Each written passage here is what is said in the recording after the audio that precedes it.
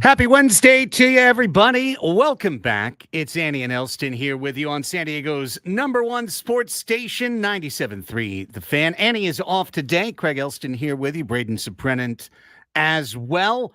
Excited to bring you 4 hours of live local San Diego sports talk radio today. We've got a great show planned for you. Braden is busy getting everything humming in the background. He's got the YouTube stream up. We are live on YouTube. We are live on the radio, and we are psyched to bring you what I think is going to be a great show here on a Wednesday. Actually, quite a busy show. It's funny how it worked out, actually. When you're working on booking guests, when you're working on kind of planning out and producing the week and how you're going to lay out some topics, how things are going to fall, sometimes you have it meticulously planned, and other times it just falls to you somewhat serendipitously. And that is the case today. We found out that Annie wasn't going to be in today, had to take a personal day, and we've got 3 guests booked for today's show, which is going to make things quite smooth, and the show is just going to flow right along until the next thing you know, Gwen and Chris will be on. Braden, good morning to you, my friend. Good morning, Craig. How are we doing today on this Wednesday? Today's Wednesday, correct? Today's Wednesday? All right, good. Poor Braden is coming off of the kind of night into day that I've had to do the last few weeks. You worked late last night doing college baseball. Right. You got home around the midnight hour, and then you had to be up this early this morning for Cathedral Catholic football practice. And now here you are, bone weary, but ready to roll. That's right. USD yesterday was like, you had to be on the air the most out of anybody in San Diego yesterday with the 4 hours on the talk show, into USD women's softball, into running up that gigantic hill at USD from the softball complex to Fowler Park, and then doing a over 3 hour and 20-minute baseball game as the Toreros knocked off CSUN in baseball. Went 2-0 yesterday as a broadcaster. Well, there you go. There you go.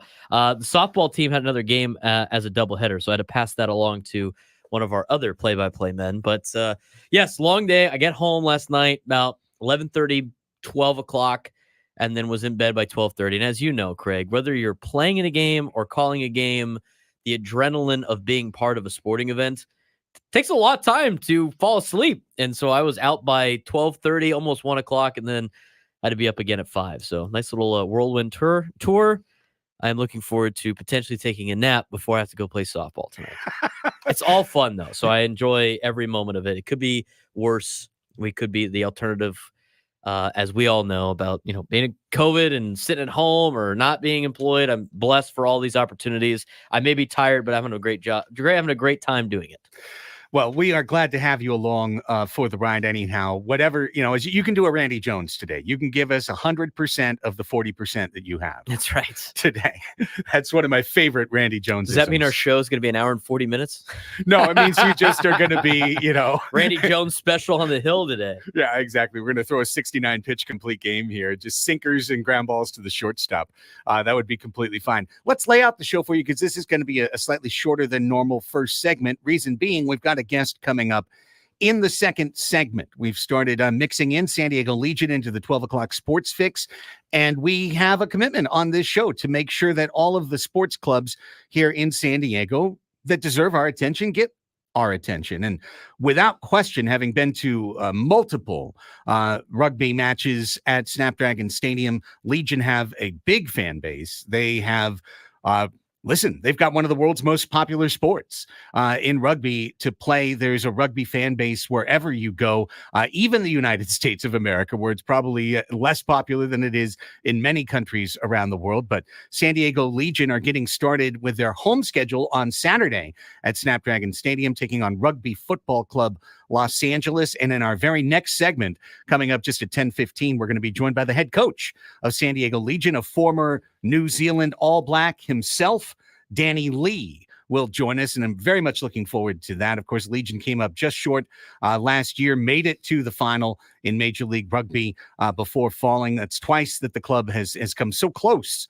So very much looking forward to talking about what is a team that has championship aspirations. Once again, that's coming up in just a few minutes here, in less than 10 minutes on The Fan. little bit later on in the show at 11:35, this is going to be pretty interesting. Chris Healy is the CEO of a company called the Longhairs.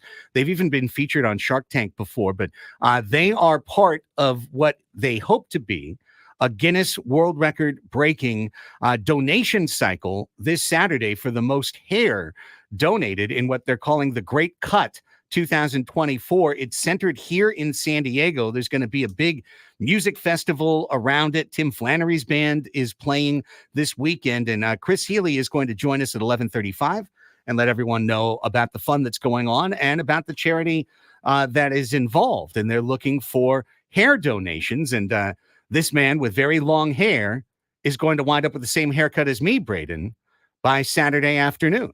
And all for a good cause. Indeed. Love that. Now, I'm not going to be able to contribute too much hair to the cause. I guess I should have waited a week for my haircut. That's right. What? Got to cut too soon. I did. So my apologies on that front, but we'll try to make up for it by doing some publicity for the event coming up at 11:35. Sammy Spring Training will join us at 1 o'clock. Sam Levitt, right as the final Cactus League game for the Padres of 2024 begins at 1 o'clock today. Pretty good lineup today, too. It looks like almost all the regulars are in there for the San Diego Padres before they literally get on a plane at 8 o'clock tonight from Phoenix to fly all the way out to Korea. So we'll talk to Sammy in the fourth hour of the show at 1 o'clock. In between, we'll bring you the Daily Shilt. You'll hear what Jackson Merrill had to say after hitting homers for a second consecutive day. We'll bring you the 12 o'clock Sports Fix coming up, of course, at the halfway point of the show, getting you caught up to date on everything going on today in the world of sports.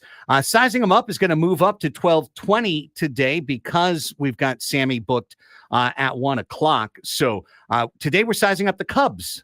Braden, keep your eyes on the Cubbies. We've got 4 different Central teams that we are going to scout. Our limited series where we are holding it to just scouting the teams that we truly believe the Padres are fighting against for a potential playoff spot this year. So we'll preview the Cubs at 12:20. Today's silly game is Hot Potato, the game of fast-paced trivial knowledge. We'll play that at 12:45 for a chance for you to qualify for a trip for 2 to Las Vegas at the end of the month. We'll wrap things up where you can ask Braden and I anything coming up at 1:35. So that's the layout of the show. There's plenty to talk about. We certainly are going to get to the hilarity of one line in a Ken Rosenthal piece now becoming like story after story after story on MLB trade rumors. Like, oh my God, are the Padres about to trade for Dylan Cease? Hey, John Palmarosi had it this morning. I saw that. I saw a scout at Peoria. Something's happening. It's like that Office gif, you know. Something's happening. Everyone's running around. Dwight lit the place on fire to actually do a fire drill. So Preller lit the backfield on fire by inviting some White Sox scouts to camp.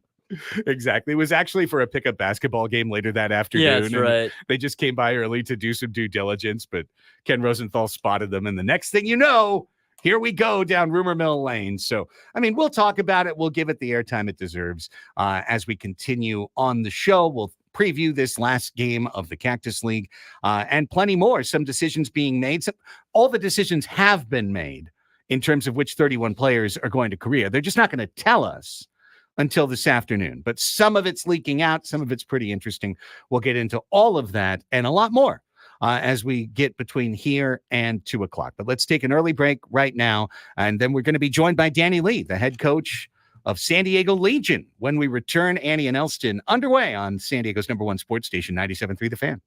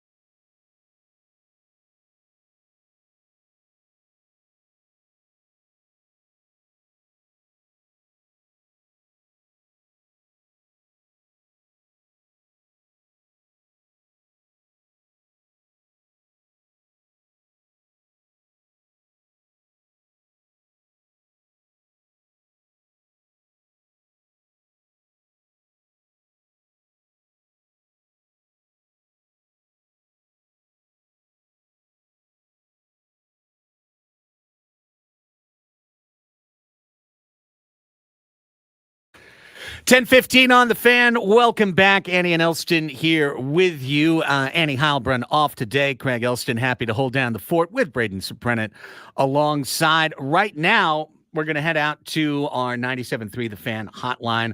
I'm excited to welcome to the show a man who guided his club right to the finals of Major League Rugby last season. They're looking to take that next step and lift the cup at the end. Former New Zealand All Black Danny Lee, head coach director of rugby for San Diego Legion, who will open their home schedule on Saturday at Snapdragon Stadium against Rugby Football Club LA. Danny, Craig Elsten here on The Fan. Thanks so much for your time this morning. Good morning. Yeah, not a problem. It's great to be on your show. Appreciate it. Well, Danny, I got to tell you, I've been to several San Diego Legion matches going back to your first year when you guys were at Torero Stadium before you were involved with the club. And then last year at Snapdragon Stadium, really seeing how this city has started to embrace the sport. How impressed have you been with just the overall growth arc of the club? Oh, it's been phenomenal. I'm going into my third year here at Legion. I would say the numbers have doubled, if not tripled, in terms of our fan base. The San Diegans love getting out and supporting their local with whatever sport it is. And, we believe rugby's on the right path at the moment in this country. And looking forward, obviously, World Cup here 2031. So, there's a lot of good things happening. But us within the MLR, there's some good things happening with us as well. Obviously, as you mentioned before, we got through the final last year and fell that final hurdle. But everything going well. We're going to be in a similar position this year, but hopefully go that one step further. Yeah, only one loss through the season, getting to the championship match last year. Danny, what makes this club so formidable when they get out there? I think obviously it's one of the founding clubs in the MLR at the moment. We're going into our seventh season, so there's some good foundations in place. We've got great ownership that lead the ship really well, really supportive and really passionate about rugby and the growth of it in this country. But I think being one of those founding teams, we've established really good foundation, and then the guys that have come in have added value to that. They're effectively only borrowing the Legion jersey and trying to make it better every year. So there's a really good buy-in from the community. There's a good buy-in by the club, and obviously the players are here for a reason, and that's to continue every day and be better, but also lift that shield at the end of the season.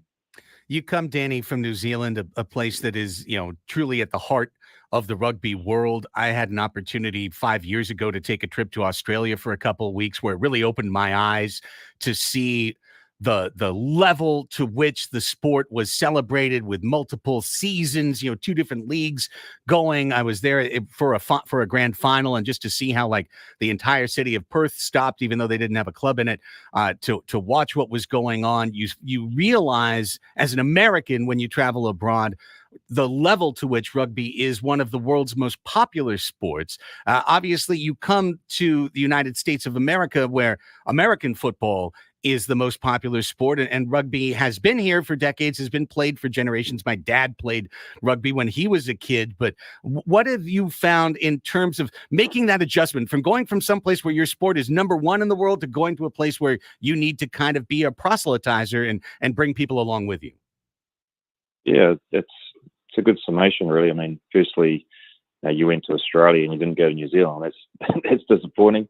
Australia being New Zealand's little brother. There was a business trip. I didn't get to pick the itinerary, but I would have. I would have loved to be there. But you're right. Very similar countries. New Zealand, rugby's pretty much a religion. It's the number one sport there in the country. And as you say, here within the States, football's huge. And it does have that similarity in the way that it's recognised in the respective countries. And for me coming here, I sort of knew the depth of football compared to rugby, but I now know that the game's growing. As I said before, there's right people in the right places to enhance the sport of rugby here. And, the fans are coming along and they're really getting in behind the game. It's possibly a slightly difficult game to watch in terms of a lot of rules, but, the upside of rugby is it's continuous. It's really dynamic. The ball's moving most of the time. There's not a lot of stoppages. There's no changing from offense to defense. and obviously there's no helmets or pads. So there's an excitement, I think, in this country, and as I said, with the World Cup coming soon, the growth and the backing of what's happening here is exciting, but it's definitely different. There's the frustrations, for myself around training grounds and pitches to be able to play on, because as we know, there's a lot of baseball turfs and artificial grounds that are based with soccer or football or lacrosse. So some of the smaller fundamentals of what you'd get around every sort of second or third corner in New Zealand in terms of a ground we don't quite get here. But it is recognised, and there's a lot of good people doing a lot of good things with the game. Head coach, director of rugby for San Diego Legion, Danny Lee, is joining us here on the 97.3 hotline. Annie and Elsten with you on the Fan. And Danny, as such, I feel like the Legion's entry to the San Diego market was really well timed, right? The San Diego Chargers had left a couple years before. Now you've had that opportunity for folks to find out what is a scrum and a muck, and get some of those terminologies down. But as someone who's been to the matches, and I was talking to Annie about it on the show yesterday, I do feel like if you enjoy going out for a physical sport, then going out to a rugby match is really going to open your eyes in terms of the speed of the players, the physicality of the contact, and the fact that, they're not wearing pads, but not everyone is being wheeled off in a stretcher either. You guys know how to play that game physically, but in a way that the players survive. Yeah, exactly. As you said, the timing was pretty good. The Chargers leaving town, and we've probably jumped straight back into that spot. And as you say, the game's come a long way, and the fans are jumping in behind it around understanding the game. We have a lot of work done over the past 8 months, or the past few years, I suppose, in the community and trying to grow the game with the kids, and the increase of kids playing rugby in San Diego is phenomenal. Even compared to the rest of the country. So we're out there. We're running Imagine Rugby programs. We're in schools. We're really pumping the game up, and possibly those kids that are playing football can actually do both. It's different seasons, and being able to cross code and pick up smaller skills in both games, I think is an valuable asset to be able to kick on in whichever direction those kids decide to go. But it's definitely an opportunity for young people coming through, looking at what sports they want to be involved in, and obviously with rugby, you can be all different shapes and sizes. Both males and females are playing the game, and so it opens itself up for anyone and everyone. So that's the joy of rugby, and if we can keep promoting that, getting people come along and even get a look at our game, I think they'll turn around and go, yep, I want to be a part of this, and they'll keep coming back, and they'll probably look into rugby programs, whether it's senior or whether it's for their kids, and again continue the growth of the game. Before we let you go, Danny, let's talk about your side. You guys started on the road, picked up a loss against Seattle, which has always been kind of a rival for the club, went to Dallas, got a nice win last week. Now you've got Rugby Football Club LA coming in on Saturday. What are you seeing so far from your club? What do you think is are real strengths and things maybe you're working on?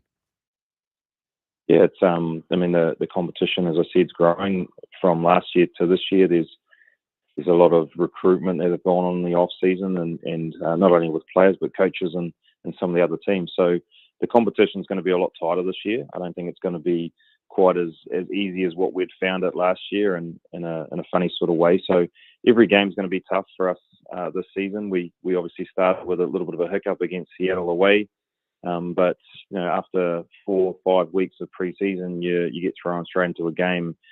There is going to be some tinkering with it. We're not going to be that complete package, and we effectively lost in the last play against Seattle, which was disappointing. You go to last week against Dallas, a away trip. The challenges of flying and the time zones and daylight savings. It has its problems in this country because of the distances. But no excuse for us around those sorts of things every week. It's the expected, but we managed to pick up a bonus point win against Dallas, which was great, and gets us climbing that ladder on the Western Conference. But as you say, LA, fairly new team that's come in this year. Our neighbours just up the road, so it's going to be a fierce battle. They like to throw the ball around from what I've seen in the last couple of games. They've probably got a younger squad than what we have, so the game will be played at high tempo, and I'm thinking there's going to be a lot of tries scored. So hopefully more for us than them. I hope so as well. I look forward to being out there on Saturday. Like I said, it's a great place to bring the family.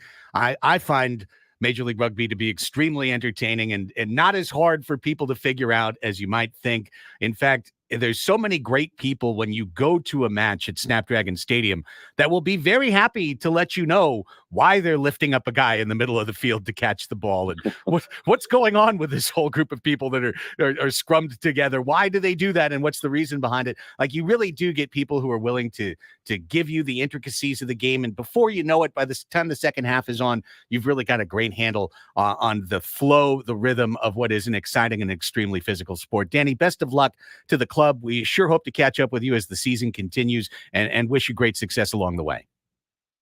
Thanks very much. It's going to be a great night. Snapdragon at 7 p.m. Saturday night. There's lots going on as well. It's not just a game of rugby. It's an event. There's rugby coaching clinics going on beforehand. There's beer garden. There's tailgating, and then you throw a game of rugby that's going to be as exciting as anything anyone's seen. So if you're out there and you want to come along to the game, you'll get something that's pretty special, and you want to keep coming back. Yeah, that's I'm glad you brought that up before you went out. You guys do a great job with the pre-match entertainment, the beer gardens, all, music, everything else. So it's going to be not just a match, but it's going to be an event as well. Coach Lee, thanks again. And like I said, let's catch up as the season goes on.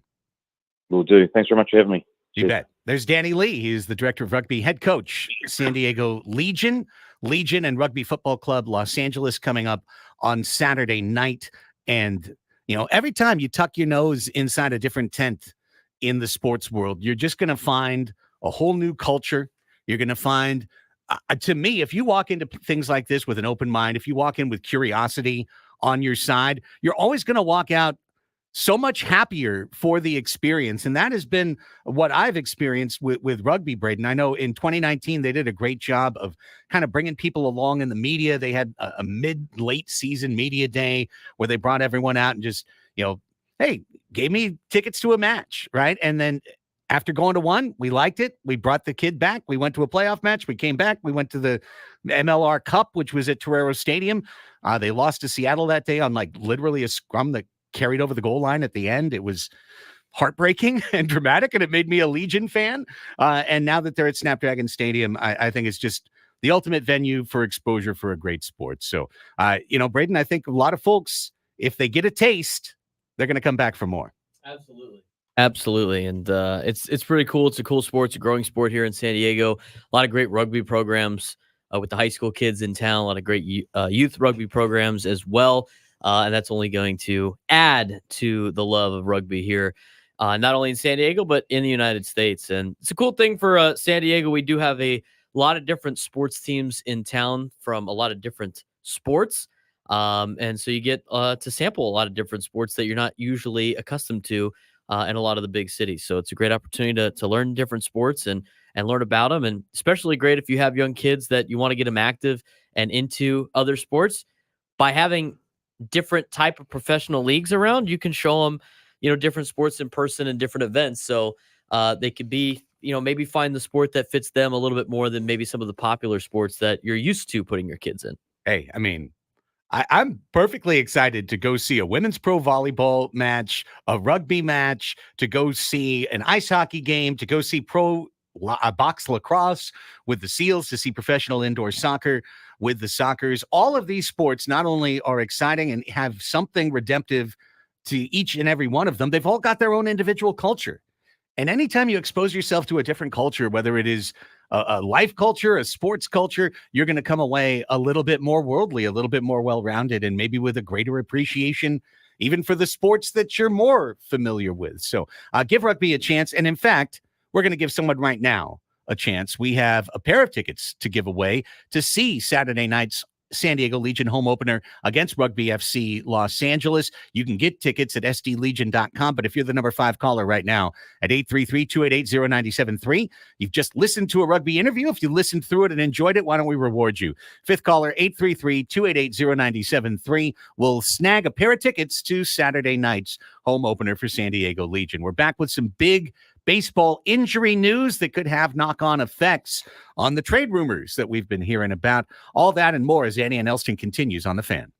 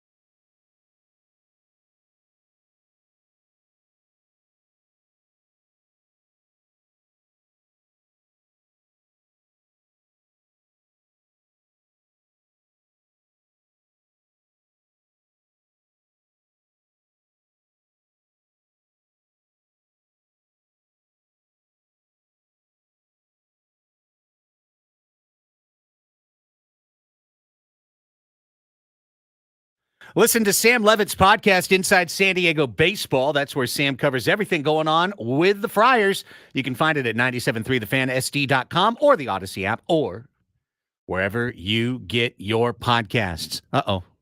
I left the room. The camera followed me out the door. Now I'm back. Annie and Elsten. Even when Annie's not here, the camera still goes to where Annie's still at. just natural. It's a smart camera. We got one of those robotic smart cameras. It's smart enough to know where the money is. And usually it just turns over to Annie's side of the room. Annie not here today. She'll be back tomorrow, just taking a personal day. I'll be off on Monday, by the way. Yep. Guys going hard in the paint on St. Patrick's Day, right, Craig? Yep, I did it. I put in that day. I'm taking Monday off. That's going to be a me day. Out on the coast Monday morning. Teeing them up. First time ever at Torrey Pines. Can't wait. Cannot wait. Let's get to what I think is the biggest story right now happening in the baseball world. It has just been announced out of Yankees camp. John Heyman and the New York Post has reported that Yankees ace right-hander Garrett Cole will miss at least a month or two with an elbow injury. But the far more important news in the story is not the preliminary timeline that the Yankees, who are one of the least honest teams in a dishonest world when it comes to injuries, the timeline they present is truly irrelevant. The news that is relevant is that Garrett Cole is leaving the East Coast. He is flying to Los Angeles, and he has a doctor's appointment with Dr. Neil Elatrache, who is one of the country's primary Tommy John sports surgeons. So Garrett Cole, at least, is missing a couple of months. But the odds that he's actually missing the next year and a half are rising. You don't show up at Dr. Neil Elatrache's office to get yourself a lollipop. Like it's not, you're not there to get your teeth cleaned. Like this is the real deal. Whenever you show up at this guy's office, this is terrible news for the New York Yankees, who are now looking at either Marcus Stroman or Carlos Rodon as their opening day starter. They were hoping those guys would be in the middle of the rotation. Of course, that immediately led, because Scott Boras, of course, he's looking, and isn't Garrett Cole a Scott Boras client? Yes, he is. So on one side, Scott's not thrilled about that. At least he's sending, the condolence email or the condolence text to Garrett, but he's already gotten paid off Garrett Cole. That contract's done.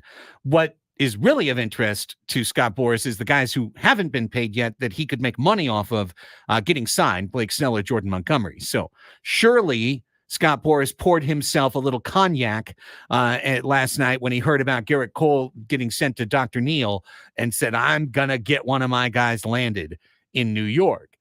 But as we've talked about on the show before, Braden, the Yankees are over $300 million on their payroll already.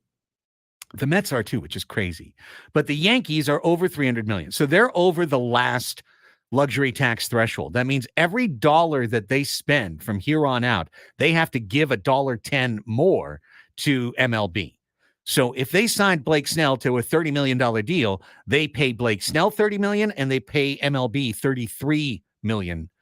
Same thing for Jordan Montgomery. Same thing for anybody that they sign. Even if they signed a guy for $1 million, they'd cut $1.10 million check to MLB. So I still believe Blake Snell to the Yankees is pretty damn improbable. It's pretty improbable that they could rate Blake Snell as a $60 or $80 million pitcher, which is what their true cost would be in signing him to a $30 or $40 million deal. So it's why you're hearing all this Dylan Cease stuff kick up into the air. Because for the Yankees to go get Dylan Cease will cost them $8 million plus another $8,200,000 or something like that. But it's not $80 million. It's not $65 million. It's something they can handle with prospect cost and the lower tax. So that's why you're hearing all of this Dylan Cease talk. It's because it makes sense specifically for the Yankees to trade for Dylan Cease. Now, you can't have rumors without having competitors, right? If it's just the Yankees and Cease, well, the White Sox can set any price they want and force the Yankees to try and accept it. So what you got to have is you got to have the appearance of multiple bidders to drive things up. And the Texas Rangers are a team that unquestionably needs another top-flight starting pitcher. Their best guys are all injured. DeGrom, Scherzer, they are hoping to come back at the end of the season or maybe around the All-Star break. It's still an open question whether they'll be back and effective at that point. Montgomery is not there. Texas would desperately need to either have Jordan back or to trade for a Dylan Cease who costs a lot less money. And that brings me to the Padres, Braden.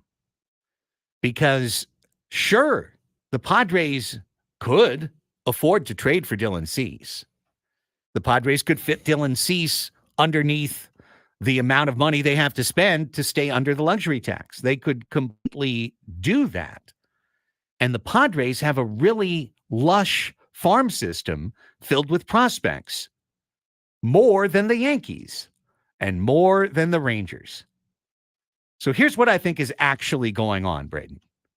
I think the White Sox are trying to keep the Padres in a trade talk that is actually involving the Yankees and the Rangers, because I believe the White Sox probably like the Padres prospects better than they like the guys they're being offered in New York and Texas. And if they could find a way to get into that sweet, sweet Padres farm system, they'd be much happier going there. AJ has surprised me plenty of times before, and all the rest of the Padres fans in San Diego. So I won't be shocked by any sense if they actually do make some kind of trade. But I see this as another one of those classic Boris double bluffs. Like every time the Padres get floated on every rumor for every free agent because of, oh no, AJ checks in on everybody. I think that teams want the Padres minor leaguers more than the Padres are interested in doing their diligence in exploring this. I really think it's the Yankees trade. I think it's probably the Yankees trade too. You see this all the time where teams try to run the price up on other teams and make those organizations bid against themselves. I could see this being one of those. And it's a twofold thing. One, it gets and this happens a lot in baseball. You know, I'm not saying it always happens with the Padres, but there's a lot of teams that like to have their name talked about in a lot of these reports to make it look like to their fans that they're working on something and doing something. Padres fans have been clamoring at the Padres to go out there and do something this offseason. And this could be one of those situations where they can get their name out there a little bit while also driving up the price for the Yankees. So it's a win-win for both.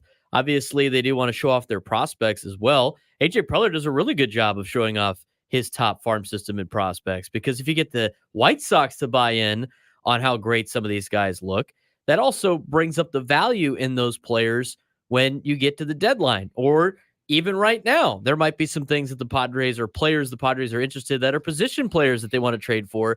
And now all of a sudden, that ability to go out and get some of these prospects for some of these teams not named the White Sox, they start to panic a little bit going, well, you know, now we have a competitor for guys like Dylan Lesko or Robbie Snelling. It's all a game. I mean, they're all playing a giant game of Monopoly right now when it comes to trading properties in Monopoly and trading player and assets in Major League Baseball. So I think this is going to be very interesting how it plays out. If I'm a Padres fan, I wouldn't hold your breath on Dylan Cease becoming a San Diego Padre, but I do think there is movement, and you never know.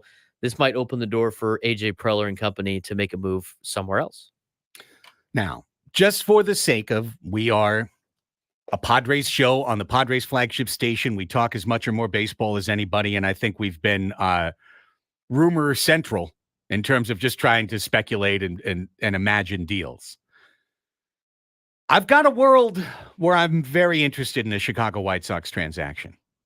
I'm actually looking for something bigger. Because Dylan Cease is a fine starting pitcher. And 2 years ago, he was dynamite, right? I think he finished second or third in American League Cy Young voting. He struck out way over 200 batters, had an ERA in the low twos. Electric stuff. He really does. He's got one of the best breaking balls in baseball. And I've drafted him in fantasy this year and have watched some of his spring training clips. And I mean, the dude The dude's electric. It's ridiculous how good his stuff is. So, you put him in there with Niebla, pitching in San Diego, pitching in the Marine Layer, pitching at Petco Park. You could imagine a Dylan Cease that fights for a Cy Young Award even this year here in San Diego. I really do believe that. I mean, we also know that he was bad enough last year to see the home run rate go up, the walk rate go up, the ERA get close to 5. He was pretty mediocre last season. But at $8 million with arbitration to come, he's a great gamble to take. But what else on that roster? Tim Hill. Bring him home.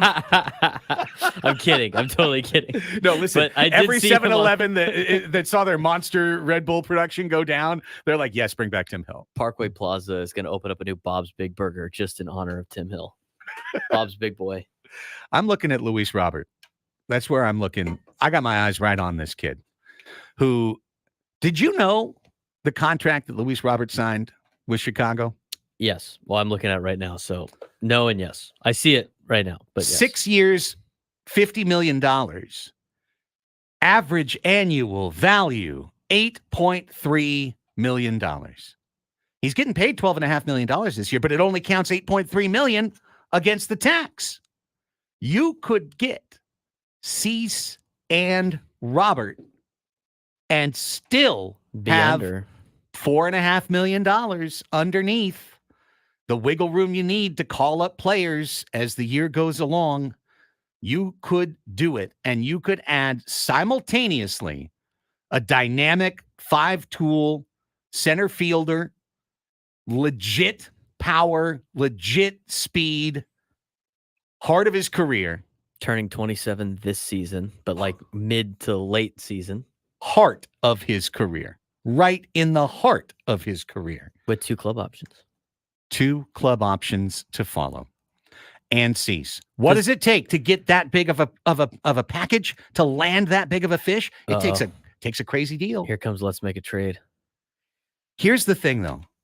I do have a question on the club option. Is that so if they picked up the club option, is it turn into a 20 million AAV? I think it's the 8.33 just keeps it the same, doesn't it? Or do those club options count as new? No, contracts? because that's after. Yeah, right. That's a decision point. The AAV goes to the decision point. It would go to 20 million. It would be one year, 20 million. Right. That's down the road. Yeah. Well, that's in 2026. By that time, you're already reset the CBT, so it doesn't really matter. Correct. You can make all sorts of decisions along those ways. Do I think the Padres would trade Jackson Merrill for this package? I don't. I actually don't. And I don't necessarily think they need Jackson Merrill to get a package like this over the line. I don't think so either. I don't even think you had to include a Dylan Lesko to get a prospect package like this across the line. But I do think you'd probably need to trade a Robbie Snelling. You'd probably need to trade a Jacob Marcy. You might need to take a Pauly and put it in that group. Send him. Mazer. I've said since the start of this show on this station, the Padres flagship, that there's enough in the system right now to make one trade, to make one significant trade and not have buried out your system, not have just completely hollowed it out, emptied the cupboards. You've got that ability. Not all of these guys are going to come to San Diego and succeed. Ben was talking about something like that in the morning show today too, and I couldn't agree more. Like, you look at the top 30 prospects, 25 of those guys aren't going to make it one way or another, but they've got value right now for their potential. So don't think small. And furthermore, I bet you this has been happening. Because one of my pet theories about AJ Preller, which you've heard me say, Braden, is that he misses the easy plays. He misses the small moves. He misses the obvious moves on the board because he's always trying to make that move where the checker hops over 5 things and gets kinged all at once. He's always looking for the multi-level play, the big move. He's the mad professor cooking in the back of the laboratory. And I could imagine that he has spent the last 3 weeks trying to cook up some gigantic trade with the Chicago White Sox where he knows that if he goes and signs Tommy Pham, like the idiot in midday has been screaming at him, sign Pham, sign Belt, sign Pham, sign Belt, that if he actually did that, now he has no room to trade for Dylan Cease or Luis Robert or both of them. And so he's not going to pull his trigger on a minor move until he's 100 billion% sure that he can't make the gigantic, splashy, out of nowhere AJ Preller special, which I truly believe makes his heart sing. Like, that's what gets him going. That's his why. You know, they always have that interview question, what's your why? I think his why is making like gigantic, whoa moves. And this would be a whoa move if you went big with the White Sox. I like this from multiple standpoints. I think because you always have to look at it from the other side, right? For the White Sox side.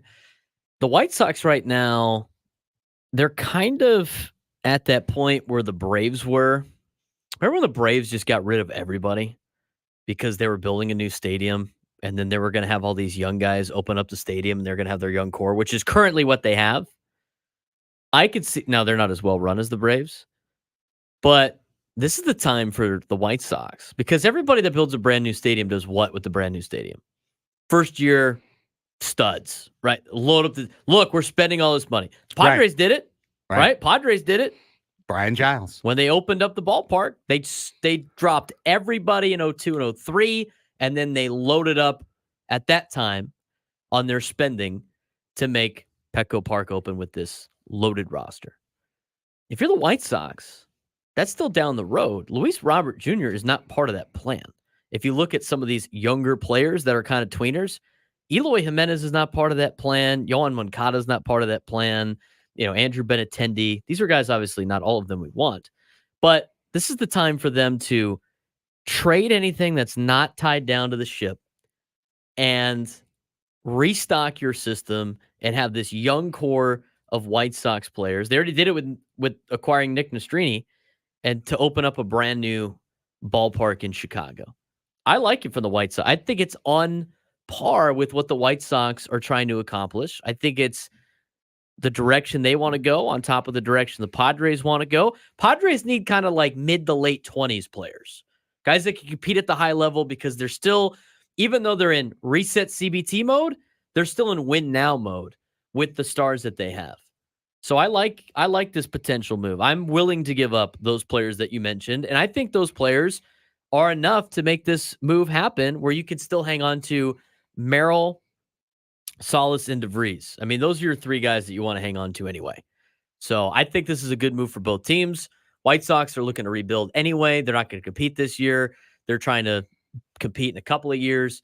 Padres are looking to compete this year. They do need to upgrade in the outfield and in the starting pitching rotation. If you make this deal and you pick up a Tommy Pham in free agency, you could still do all of that relatively around the CBT being reset, and then you're ready to roll. And all of a sudden, the vibe going into the season is a lot different.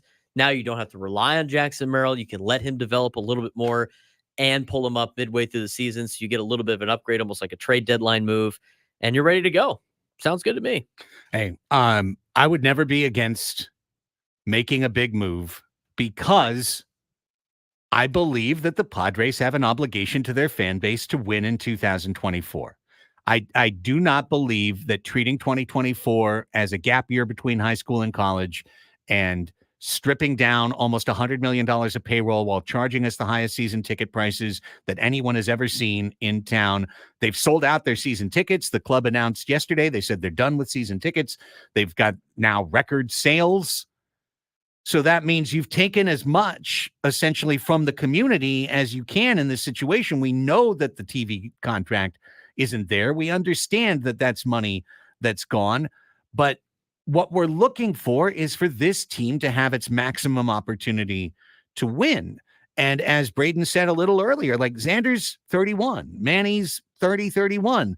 These guys every year are getting a step further away from their prime. They're getting a step closer to their late career declines. And we hope that those are many years off. But if you just kind of punt 2024 and go, well, you know, it didn't work out, but we're resetting our luxury tax and maybe we're changing our front office. And then in 2025, now these young kids are ready to step in and take major roles, but it might take them a couple of years in order to really get their feet and their legs under them to become impact players. Well, now all of a sudden we're looking at 2026, 2027. We're looking at 33, 34, 35-year-old superstars, and how are they supposed to And now they're carry us? replacing the superstars instead of playing with the superstars. Correct. Go big, AJ. You go big. I'll forgive you for 2 months of doing nothing. Promise you that. Annie and Elsten on the Fan. Back to this.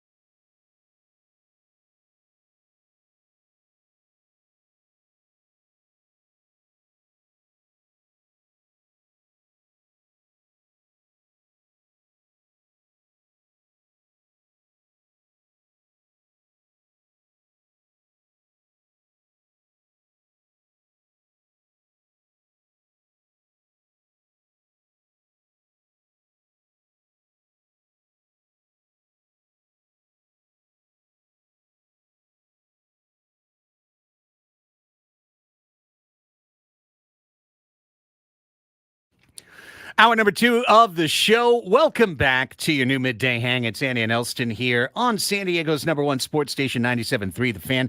Annie is off today. Craig Elsten, Braden Suprenant holding down the fort with you until 2 o'clock when and Chris will check in then. Of course, tomorrow, Annie will be right back. She will join us, but we will have a kind of 3-hour show. I mean, 10 o'clock is going to be the Roundtable. Is that the official name? Or is it the 97.3 The Fan Padres Roundtable, brought to you by Roundtable Pizza? It's one of the two. There better be pizza. I've been told there will be pizza. There better be pizza. I was told there will be no math and there will be pizza. So, well, that's good. Do you have to dress up as a knight? Potentially. Sir Elsten. Sir Lance Elsten. I don't think so, but I haven't checked all of Adam's emails to see if there is something else along those lines. So tomorrow from 10 to 11, if you haven't heard, this is going to be a pretty regular occurrence. It's going to happen tomorrow, and then I think starting the first week of April, it'll be every week during the baseball season, which is we'll have the roundtable with Ben hosting and Woods begrudgingly sitting sulkily beside.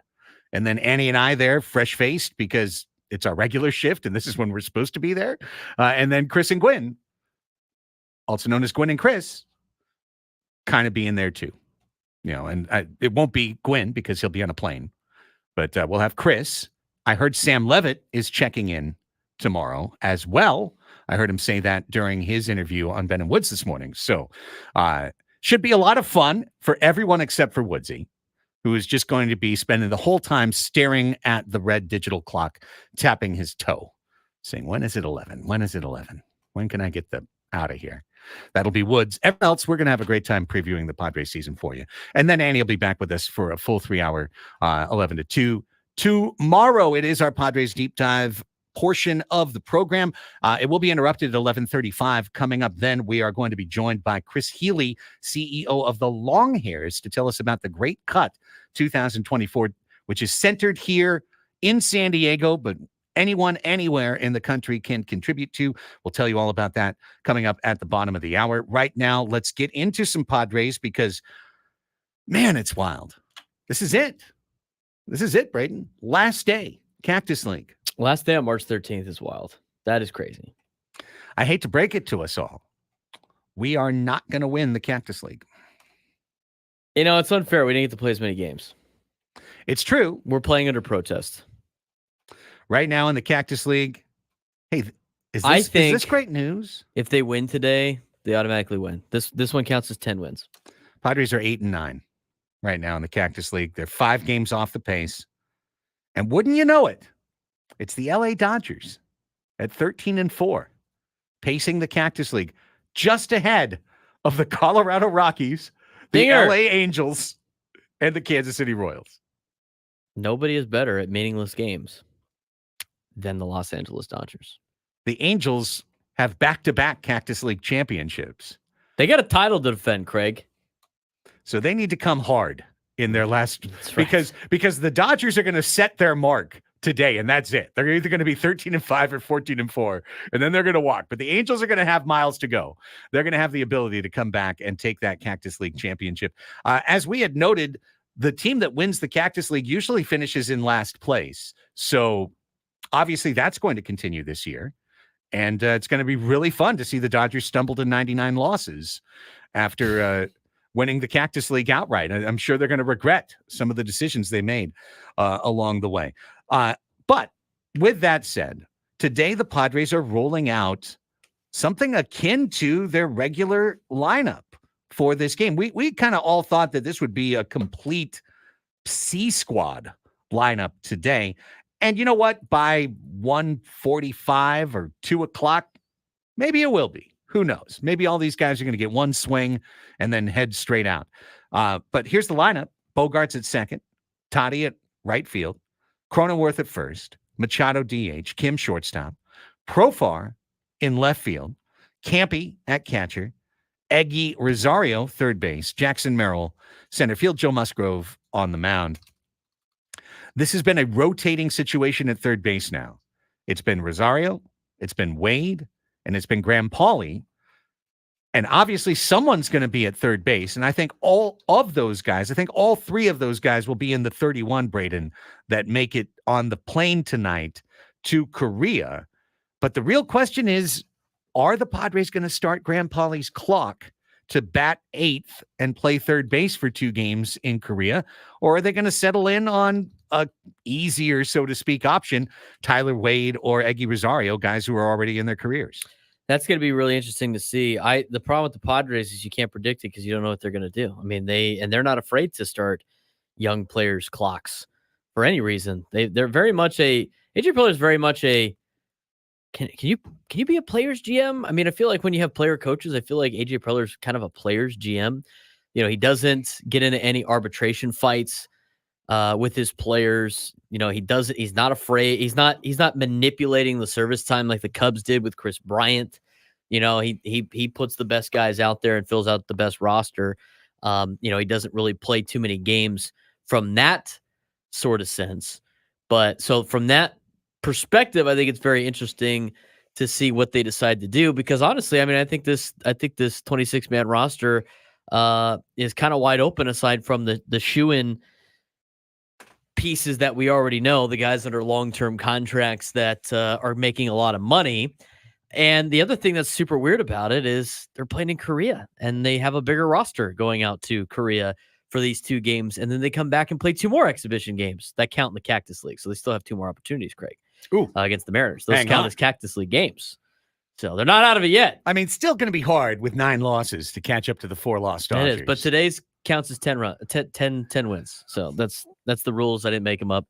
I'm sorry, the Cactus League's had weird rules, but triple word score that's behind right. the field today. In fact, I think the games against the Korea teams next week are all Cactus League eligible. We beat the Korean national team. That's right. That counts as a Cactus League game. Count it. But so with everything that's kind of the circumstances of the situation, there's no answer. There's your guess is as good as mine. And now you throw in the conversations of Preller potentially cooking up some trades and kicking the tires, so to speak, on some certain players. So it'll be very interesting to see this lineup. But I think I think they're going to be moving things around before opening day at Petco Park against the Giants. And these 2 games, I know they count in Korea, but it's going to be a crapshoot, I think, for both teams. We talked a lot last half hour about all the rumors that are swirling. It's all been generated by one thing: pain in Garrett Cole's elbow. The Yankees ace is out for at least 2 months. He could be out for the year. He is flying to L.A. He's meeting with Dr. Neil Elatrash. The description of that trip is to, quote unquote, completely rule out Tommy John surgery. However, you don't meet with that guy unless you're thinking it's bad. Yeah. There's also the chance that he says, nope, we can't rule that out. In fact, it's what you need to do. Well, if it's anything like some of the reports we get from the Padres, it's everything is fine. And then the next day, he underwent Tommy John surgery and he's good to go. He's going to rehab for the next whatever. And it's kind of led me down a path because, as we discussed last segment, on one side, I would thoroughly believe that the Padres are just being used by baseball agents, by other baseball GMs, as an attempt to gain leverage. I think the Yankees and the Texas Rangers have a ton of motivation to make a Dylan Cease trade out of Chicago. And I think the Padres, given their overall situation, are in a slightly different position where not only they could make a Dylan Cease trade. I don't know that Dylan Cease alone pushes the Padres into the playoffs or pushes the Padres a round or 2 further in the playoffs. There's certainly that potential if he comes and shows up and pitches like a Cy Young winner. Of course, the Padres had a Cy Young winner last year and didn't make the playoffs. I still like to have good pitching if you can have it. Nonetheless, I'm thinking maybe this actually makes sense now. I've been trying to make the Padres offseason make sense all spring. It's been very difficult, and it's led us into, some kind of cruddy corners. Like, do we have any money to spend? Have handcuffs been put on AJ Preller? Have they been told you can't spend a dime?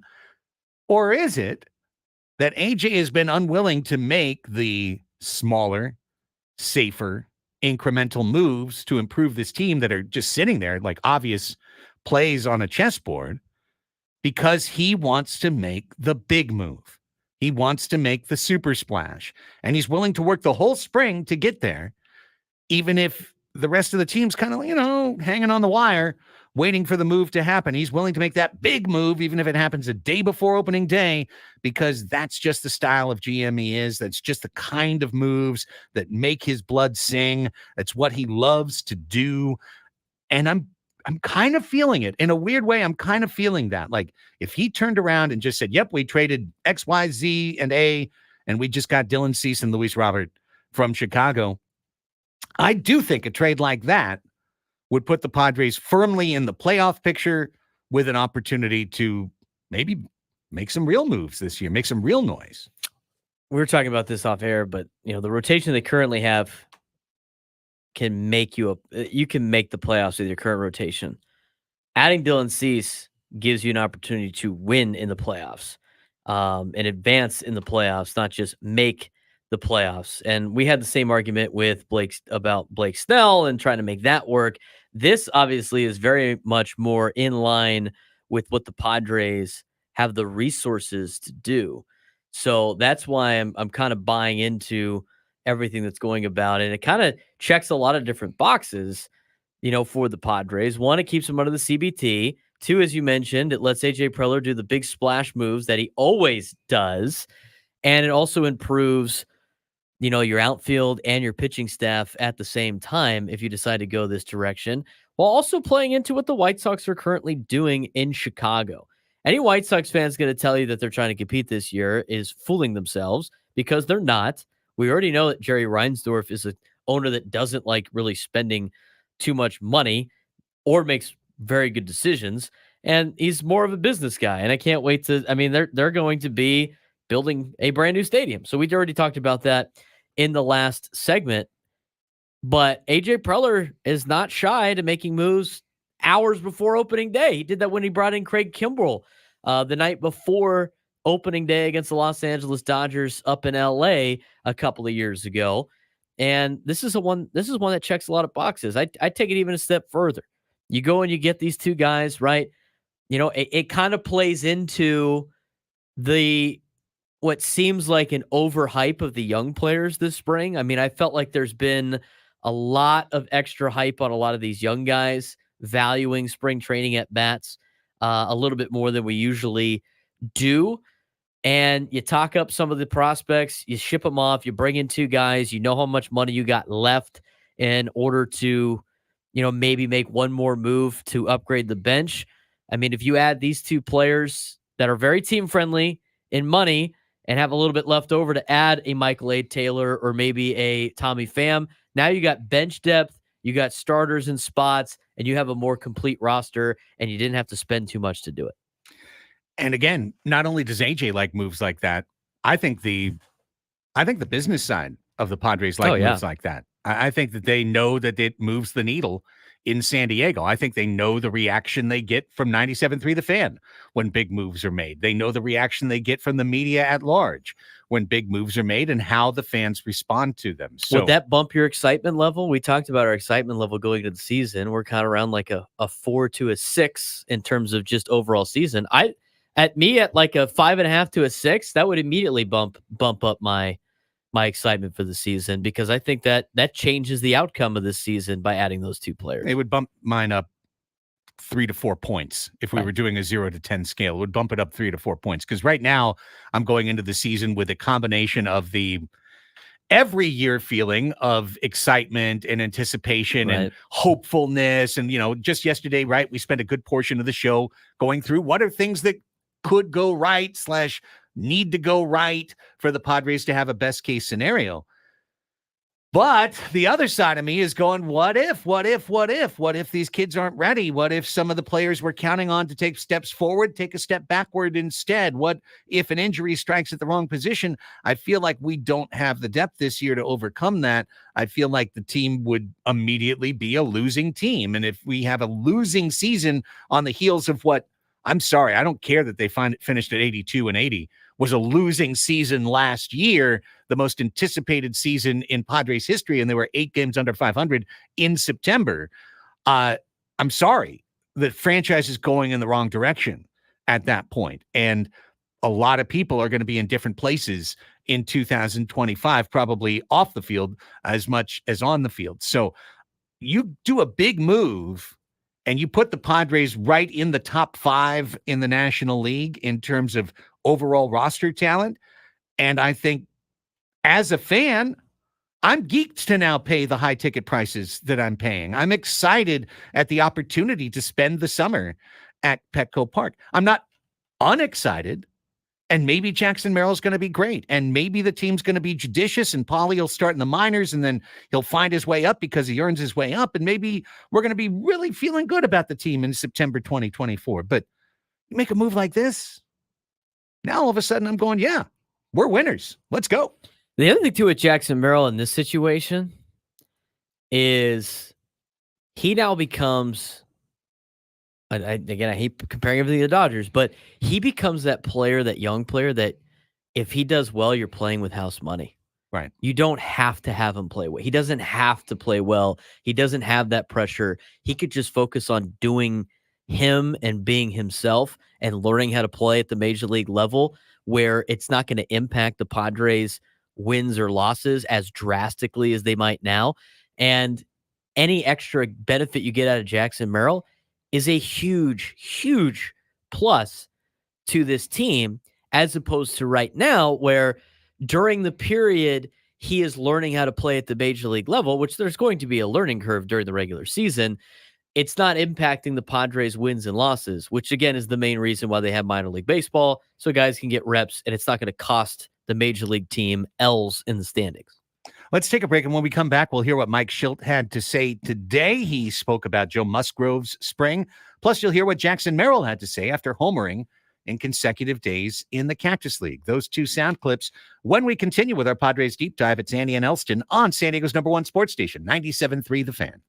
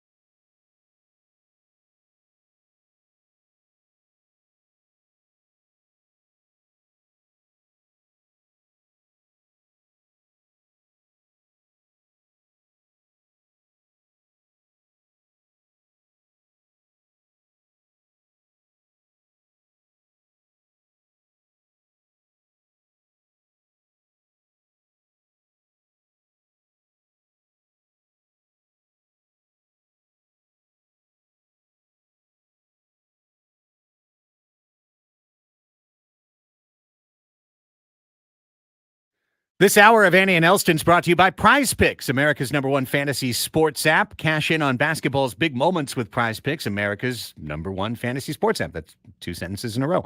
Use code KWFN for a first deposit match of up to $100. Prize Picks. Pick more, pick less. It's that easy. We're talking Padres here on Annie and Elsten. Annie off today. Craig Elsten, Braden Soprano here with you. Let's hear today's Daily Schilt. There's not a lot of it, but what we've got, we're happy to shovel your way. It's Mike Schilt talking about the spring of Joe Musgrove. Yeah, another question with a lot of great things to unpack there. So, I mean, I consider we probably missed the workout talking great things about Joe Musgrove. This guy's a complete stud, warrior on the mound. What he did in organizing that Camp 44 for the second year in a row in January is a huge talk about development of players and expediting development of players and getting players acclimated to what it looks like to be a high performer, taking their cues from Joe and you in camps like that. But Joe putting that together and creating that atmosphere and creating that relationship where Ruben's available. Ben Fritz, our bullpen coach, is there. Peter Somerville, a guy that does a lot of our game planning. All the people that are there actually just physically getting to Petco. I mean, that is a huge part of the development of our pitching staff and our young players coming up. So right there, it's a huge feather in the cap for Joe and speaks really highly to his leadership. We can talk about leadership, but actions support it. And he put his resources, not only in his time and his wisdom and experiences, but also his financial, backing of that, which says a lot about what he cares about and how he's invested in a lot of different ways in the organization. And then now Joe specifically, he's had a great camp. I think he's gotten better as it went. He's been healthy. He's had a really good offseason carried into the season. I like what he's done with his plan throughout spring training. I know people sometimes are like, what's going on with Joe? Hey, guys are working on things early in spring. There's a plan to it. That's the advantage of having guys with experience that know how to take advantage of, a 31-day spring training. So, he's had a really good camp, and I'm excited to see him pitch today. Joe Musgrove does take the ball today. Now, I mean, it's kind of, in a way, it's kind of wild to hear that in terms of he's had a great spring, because Joe Musgrove's actual numbers on the mound are terrible. I mean, they're absolutely terrible. Not great. In A games, he's pitched twice for 1 2/3 innings with an ERA of 43. He got rolled once, didn't he? Didn't he have to roll over into another inning? He just has not had that great of a twice. Spring. Twice he didn't make it out of the first. And then Correct. He came back and threw another inning afterwards. And since then, he's been B-gaming it. He's been backfielding it. And that's where we just get reports. So then by all reports, he was dynamite on a backfield. But when he's faced a Cactus League game inside the Peoria Sports Complex, he's gotten nuked twice. So have you heard a manager say this guy's had a terrible spring? No, but when they no. Man, he's just really had an awful spring. We're hoping it's going to change. Well, that's the only thing. I mean, I'm here to also praise Joe Musgrove for all the great things he's done as a leader on this team. I mean, I almost feel like he's the guy who deserves the C on his chest in terms of the way he's been a leader for the pitching staff. If we had a captain's armband like they do in soccer, we'd give him one of the captain's armbands. But I'd also like to see him pitch really well this year. And I'm sure that's what everyone feels. They'd like to see him pitch very well. So it'd be nice. I'm just saying it would be nice if today he pitched really well. That would make me feel very confident. Yeah. Happy flight to Korea after the game today. A couple of the players that we're hearing will be on the flight to Korea based on a tweet by Jeff Sanders from the UT. Graham Pauley will be on the flight to Korea. I mean, if he wasn't on the flight to Korea, that would be crazy. He's been playing every day and hitting over 300. Of course, they're bringing him on the flight to Korea. He's one of the 31 best players in the organization right now. But the one I'm sure I'm excited about, Braden, is Jeremiah Estrada.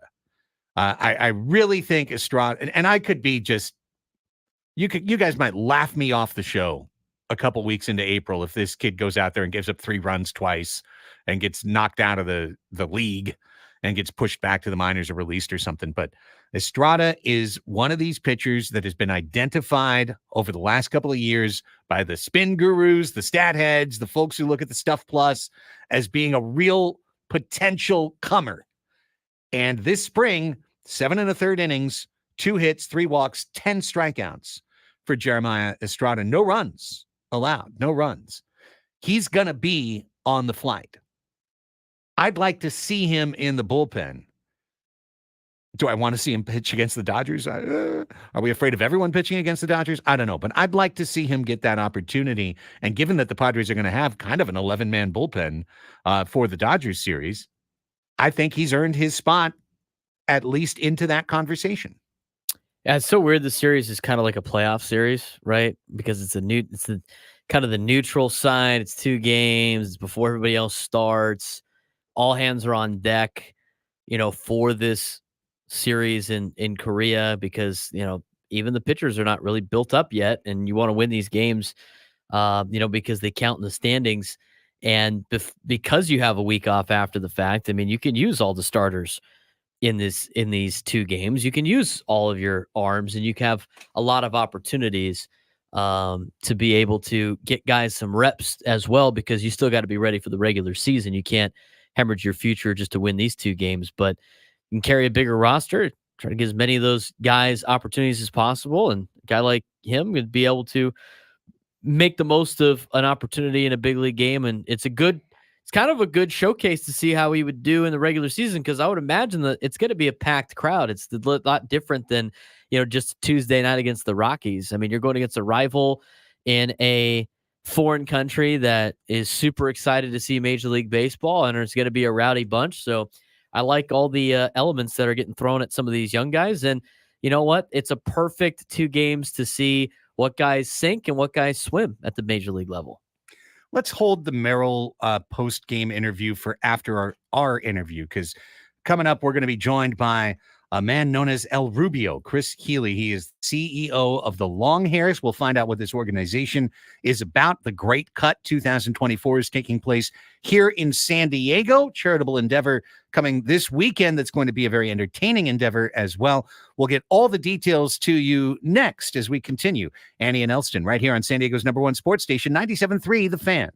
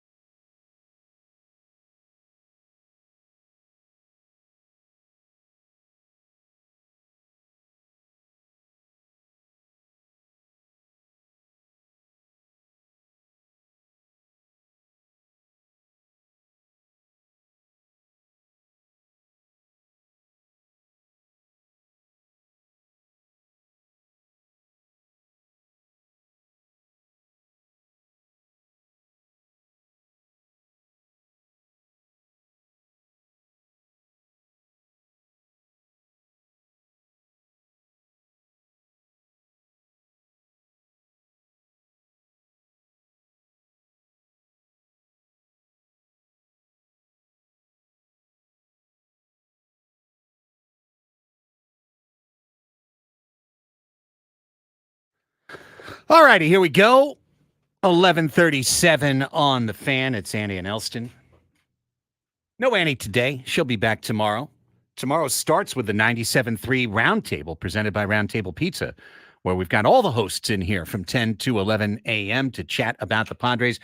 Tomorrow is designated as a season preview, so we'll be doing that for you tomorrow. Very much looking forward to that, to those 97.3 Roundtables Thursday mornings during the season from 10 to 11. All of us are looking forward to it, except for Stephen Woods, but it's okay. I get it. It's a disruption in routine. When you're used to leaving at 10, having to stay till 11, when you've done 4 hours, going to 5 hours of radio, it can be a little bit tricky. Chris Healy's about to give us a ring. The CEO of the Long Hairs. I think I screwed up, Braden, in my emails and gave him the thought that he could join us by video, which, I mean, theoretically you could, but Runs into audio issues. especially for the stream, right? For the YouTubers. Yeah, there'd be some serious echo. Echo. Well, regardless. So Chris will be joining us, calling us momentarily. We're looking forward to chatting about what's going on with the Great Cut 2024, and we'll be getting to that shortly. But you know what? Seeing as we have a couple of minutes right here before he calls in, let's go ahead and ship you that Jackson Merrill sound that we talked about. Merrill has now homered in consecutive Cactus League games, completely eliminating any possibility of us discussing anything other than him being the starting center fielder on the team. And after yesterday's game, he chatted with our Sammy Levitt about everything. How are the last couple of days? You feel like you're just kind of finding your swing late in the spring? Honestly, I feel like I've had my swing in most of spring. I mean, I feel like my timing is just getting better. I'm getting more equipped to start hitting pitching. You know, you get later in the season, your swing starts to get more consistent and better, and your approach gets a little better too. So I feel like I'm just developing into the season at this point. To do what you did against the pitcher of that caliber, does that do anything? I mean, I'm not like being self-centered, but that's what I should do. You know, I should have a good AB. You know, be ready to swing, be ready to hit. You know, they come at you. So he came at me with the fastball, and I was ready to go. I'm not gonna talk anything bad on his name. Like, he's a great pitcher, but I was ready to go at that point. One game to go here. How do you feel that your spring has gone? I think it's gone very well. I think I've shown a lot of development over the past couple of years. And I especially think that, like, this team's ready to go. I think everybody in here is ready to go win and compete all year. Seems like you've always hit the ball pretty hard, but your fly ball rate went up more than a little last year. How much of a focus was that? I'd say it wasn't as much of a focus to increase my fly ball rate. I think just waiting for a good pitch to hit helps my fly ball rate increase, you know. My first year I was swinging a lot, so I kind of, if I saw it and I swung, I was going to hit it with my bat to the ball. So I feel like just waiting for better pitches to hit, waiting for pitches up in the zone that I can kind of drive and have extra base hits with, that's what's going to help my fly ball rate. So it's more pitch selection than changing anything with your swing? I think that's half the game is pitch selection and your approach, you know. If you don't have an approach, you can't hit. There is probably going to come a point, like Xander Bogaerts struggled, became a one World Series, struggled, and then he had to bounce back from that. What do you think that's going to be like whenever that time comes? I don't even want to think about that, but it's inevitable, right? Everybody struggles once in a while, you know. I think everybody in that dugout has struggled at least once in their career. So I kind of struggled last year. I dealt with it pretty well. It's pretty good adversity to kind of go through before this year, you know. It's a lot harder at this level, but I'm just playing a game. Jackson Merrill lacks nothing when it comes to confidence. He is definitely a 20-year-old. If you've ever met a 20-year-old, that's one right there. He is positive that he is ready to rock in the big leagues, and the way he's hitting, why should any of us doubt the way he's going? All right, let's switch gears now. We have on the 97.3 hotline right now, Chris Healy. He is the CEO of the Long Hairs. They are bringing the Great Cut 2024, the biggest haircutting party of the year, to the Broadway Pier off Harbor Drive on Saturday from 8:30 in the morning till 10 at night, a live entertainment stage from 10 a.m. to 10 p.m. And they're trying to set a world record for the most hair donated in a 24-hour period. Chris joins us now on Annie and Elsten. Chris, Craig Elsten here. Thank you so much for your time today. Hey, thanks, Craig. Just a quick correction. It's the biggest hair cutting party in the history of mankind. Other than that, you nailed it. Hey, listen, I will accept that hyperbolic correction. That sounds amazing. Good stuff. All right, let's start things off by just kind of level setting for everyone. So, if for folks who don't know, who/what are the Long Hairs? So the Long Hairs is our actual company. We are a men's grooming brand and community for guys growing long hair. Because if you find yourself growing long hair for the first time, you end up in the women's hair care aisle wondering, do I get hair ties? Do I tie my hair up? How do I do it? Do I brush it? Do I shampoo it? And we're looking for tutorials on how to take care of my hair, and just everything is really geared towards women. And we just needed something for the guys with long hair. And we said, dude, it's hair ties for guys. That's it. That's our thing. We're going to take this to the end of the world.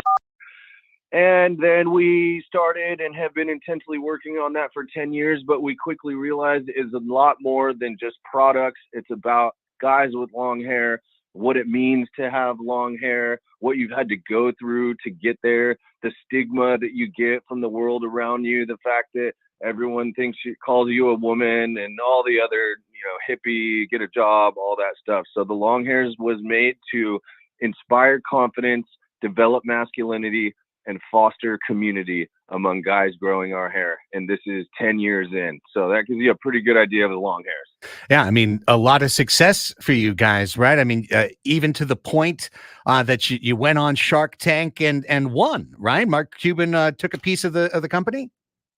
We did go on the show, and we landed a deal with the Markalodon, the biggest shark in the tank. We had just an extremely fun and memorable episode, despite Mark's wig that we had him wearing leaking ink all over his hands. And you just got to watch the episode. It was intense, but we did get a deal, and Mark today is a 30% owner of the Long Hairs. We're extremely grateful and fortunate to have that relationship, and he has been very supportive of us since we appeared on the show. How long have you had long hair? Started growing long hair in 2012, so a little over, say, 11 years. Fair enough. I am when I was 18, I had long hair. At this point, hair and me have a troubled relationship now. You can spot a guy with who doesn't maybe have the hair now, but you could see it in his eyes that he used to have it back when he was 18 or 25. And we always say, Craig, long hair lives in the heart. So you still got it. Well, let's tie it to what's going on here in San Diego now. So it goes beyond just, simply you guys have a company, obviously that's awesome. And what you guys are doing and the success you've had, major kudos. That is great on every level. But what you guys are doing charitably, and the reason, beyond just like to get to know you, that we're bringing you on here on San Diego Radio and promoting this is because here, San Diego, the nexus for, as you described it, the greatest haircutting event in the history of mankind, and it is with charitable endeavors as well as world record-breaking endeavors. So tell us what's behind the Great Cut 2024. Yeah, so some people might think us crazy that we are a hair company encouraging guys and people to grow long hair to use our products, and yet we're encouraging the entire world to cut and donate their hair for charity. It's because there's a greater cause and a deeper purpose. The Great Cut this Saturday, March 16th, is a world record charity haircutting event. It's our second time holding the Great Cut. Back in 2019, we broke the Guinness World Records title with 339 pounds of human hair donated from just under 3,000 hair donors. And if you have ever seen 339 pounds of hair, it'll fill up that whole studio. I'm talking boxes and boxes and boxes of hair. Not to be outdone, and with no challenger coming forward in the past 5 years, we will attempt to break our own world record this Saturday on Broadway Pier at the Port Pavilion. The event is 8:30 a.m. to 10 o'clock p.m. We've got all day live music, food trucks, craft beer, cocktails, a cutting zone the size of a football field. It is the Super Bowl of charity hair cutting events, and we need the San Diego people to help us win it. So I should just be clear. The whole purpose is the hair gets donated to children with hair loss. They are our nonprofit charity partners for the last 7 years. They provide real quality custom hair replacements to children with any kind of medical hair loss. So it could be cancer treatment, alopecia, burn victims, any medical hair loss. And they provide these beautiful hair prosthetics 100% free to the children and their families. They do over 600 children every single year, and they've never turned a child away. And they're just a beautiful organization. They are coming out from Michigan to be at the Great Cut in support of this huge effort, as well as a number of the hair replacement recipients and their families. And we have hair donors coming, literally whole families from around the country, from Boston to Florida to Missouri and everywhere in between. And we're all going to be cutting our hair to give freely of ourselves to those kids who can't grow their own hair. So now, if you just happen to be a San Diegan who needs a haircut and has been like, I need a haircut. It's been a couple months. I'm a little behind. I haven't made it to the barber. Going out to Broadway Pier, I mean, that would still be useful, or is this full shave downs? It could be. It's really up to each individual. So the minimum hair donation is 8 inches. If you're willing to part with 8 inches, and even better yet, 12 to 14 inches, that is the requirement for hair donations. But if you don't have that much hair, or if you're just not ready to cut your hair, you can come and get a general admission ticket and watch me shave my head. My hair is down past my belt. I know we're on radio here, but I have about 3 feet of golden streaming glory that I'm about to give away for some child who I know is going to really appreciate it. But you could come out for a general admission ticket, all day live music. Like I said, we got the food and beverage. It's going to be super fun, just packed with love and joy. We're expecting about 2,000 folks, and the venue is gorgeous out there on the Broadway Pier. So whether or not you can donate your hair, you can help the Great Cut make history just by coming out and getting involved and having a great time out there. That's awesome. And you guys, from what I just read on the website, like, you're taking donations from all around the country for this as well, right? Like, people could be mailing you their hair. Yes, we have received nearly 1,000 mail-in donations so far. We're literally swimming in hair. People have sent from as far as Australia and Japan and all through Europe and Canada and South America. So it's a local event with global reach. We're probably at the end of our mail-in hair donations now with the event coming up this Saturday, but Sure. We did get close to 1,000, again, from all over the world. Those will make up a pretty good bit of the weight if we are to break that world record. But at the event itself, we should be cutting between 400 and 500 haircuts right there at the venue. And we have dozens of really caring stylists and barbers. We are still recruiting stylists and barbers to come and help participate. Last time we had about 100 caring stylists and barbers. We definitely need a few more for this Saturday. We have about 60 to 70 signed up so far. So you could donate hair, cut hair, volunteer, or just come and hang out. And all of those ways are a great way to support the Great Cut. Folks can find out more. Go to thegreatcut.us.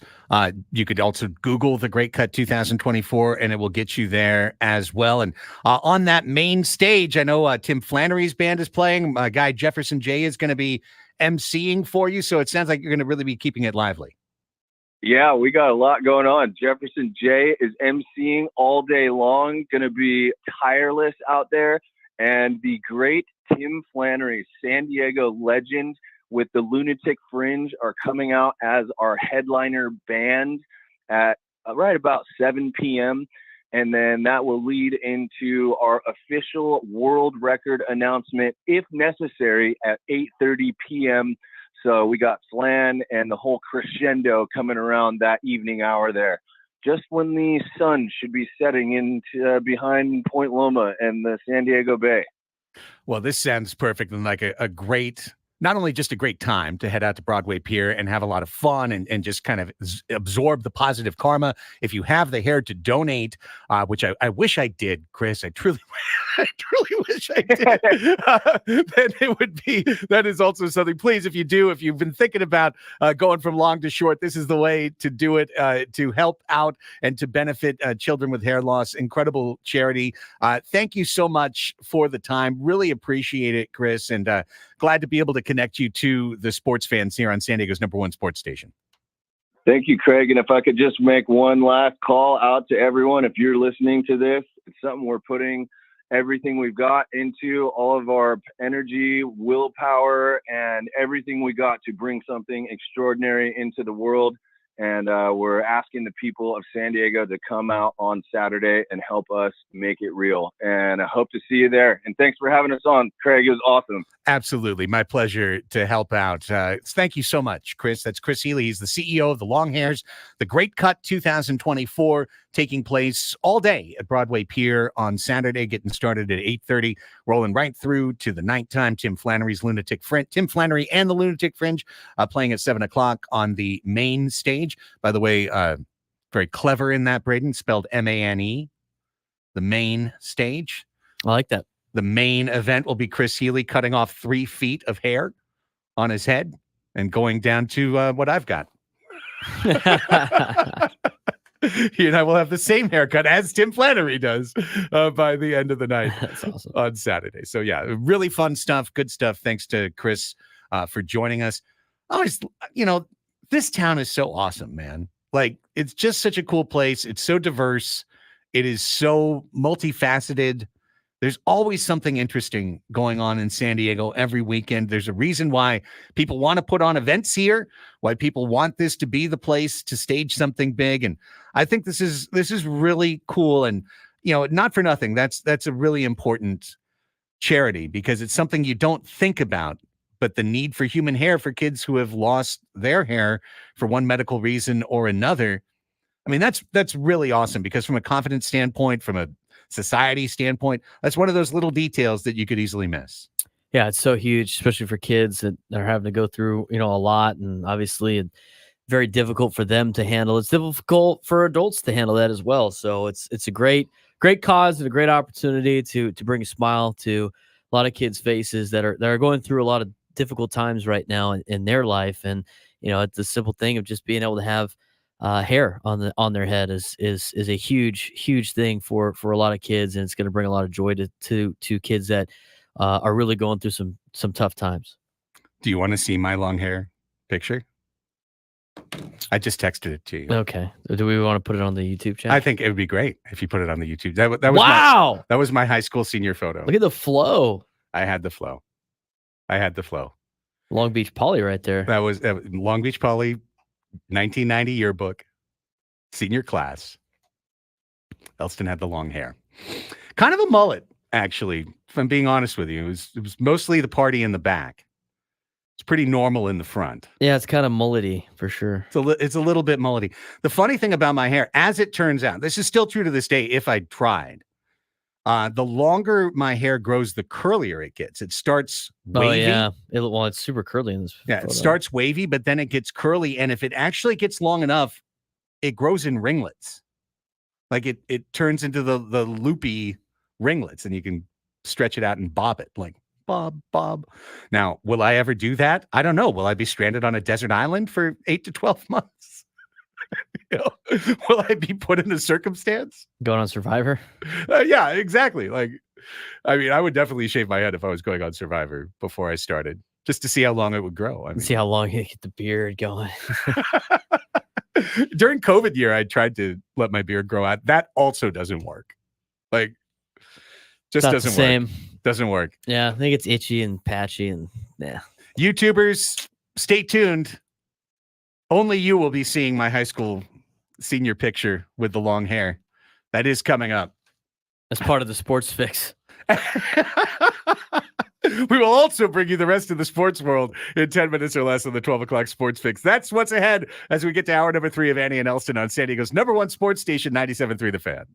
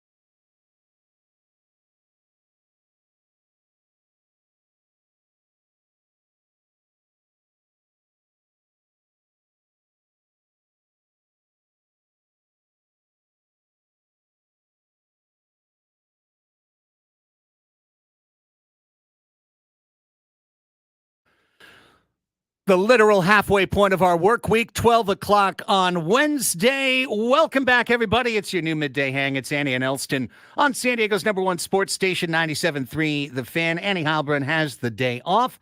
Craig Elsten here, man in the fort, alongside Braden Soprenet. We have reached the lunch hour. We have reached 12 p.m. This is the time to get you all caught up on everything. Oh, time for lunch, eh? Hey, Mom! The meatloaf! We want it now! See your mom cut the crusts off your bread? Mom, the meatloaf! Well, you probably missed a lot in the sports world. Don't worry, we've got you covered from high school to professional and everything in between on the 12 o'clock Sports Fix on Annie and Elsten. Here we go. Local, regional, national, all the news that's fit to speak in around 10 minutes on your midday hang. It's just Braden and I, so we're going to be tossing the football back and forth. But we're starting with college hoops. It is tournament week as March Madness gets a little bit kooky. But we're not going to do it fast because that would be hot potato. Correct. And that's later. That's later this hour. Let's go. College basketball.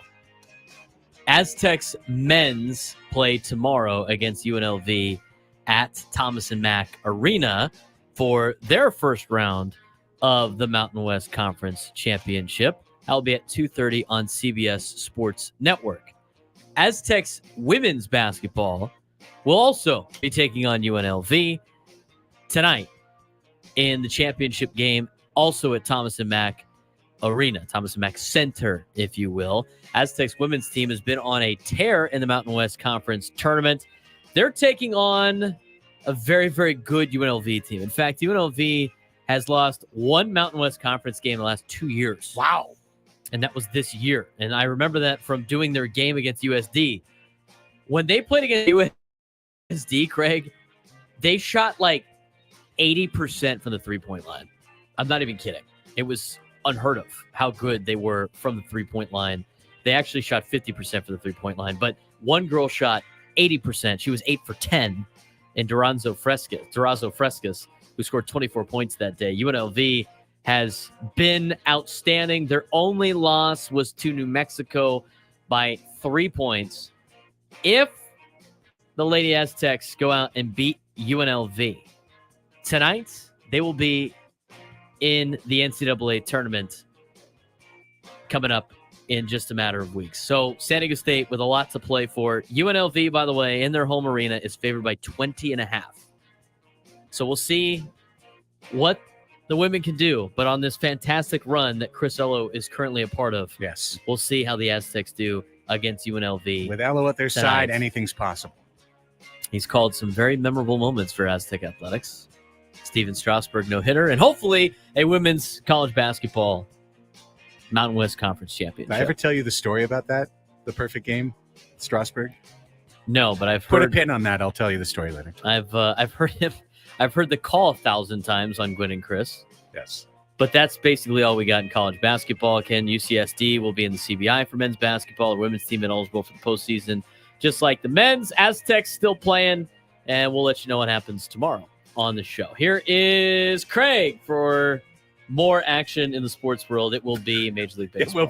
It'll be Major League Baseball. This time around. Before I give it back to you for free agency next, because there's some big Chargers news today. But I've got baseball. This is the biggest baseball story by far. The Yankees may be without their ace for the entire year, but he's definitely on the shelf for the first third of the season. Garrett Cole out minimum 1 to 2 months with an elbow injury, but the Yankees are going to find out a whole lot more as Cole flies to the West Coast, not for a UCLA alumni event, but instead to meet with Dr. Neil Elatrache in order to thoroughly rule out or rule in Tommy John surgery. Cole, elbow pain, hadn't been able to bounce back from spring starts. Now it turns out it could be not only a franchise alterer, but a Garrett Cole career alterer as he was about to head into an even bigger. He's got the giant contract. He has the ability to have an opt-out, opt-in thing in there.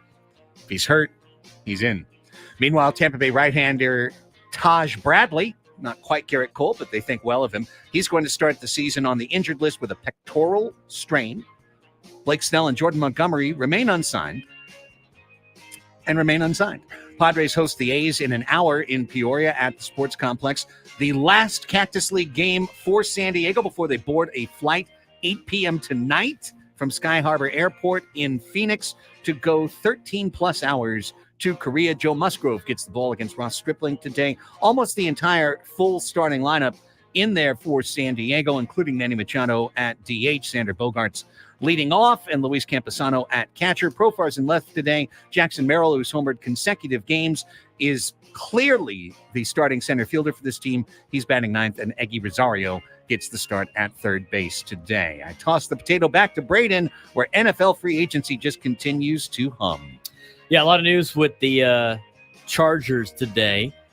We'll get to that in just a second. Actually, we'll get to it right now. Khalil Mack to remain with Los Angeles. He is going to restructure his contract to save salary cap space. The Chargers have been in cap hell all offseason, so Khalil Mack will remain with the Chargers, but one of the receivers will not. Mike Williams gets cut by LA to save $20 million against their cap. Team began the day with more than $25 million over the salary cap and have to be cap compliant by 1:00 p.m. Pacific time today.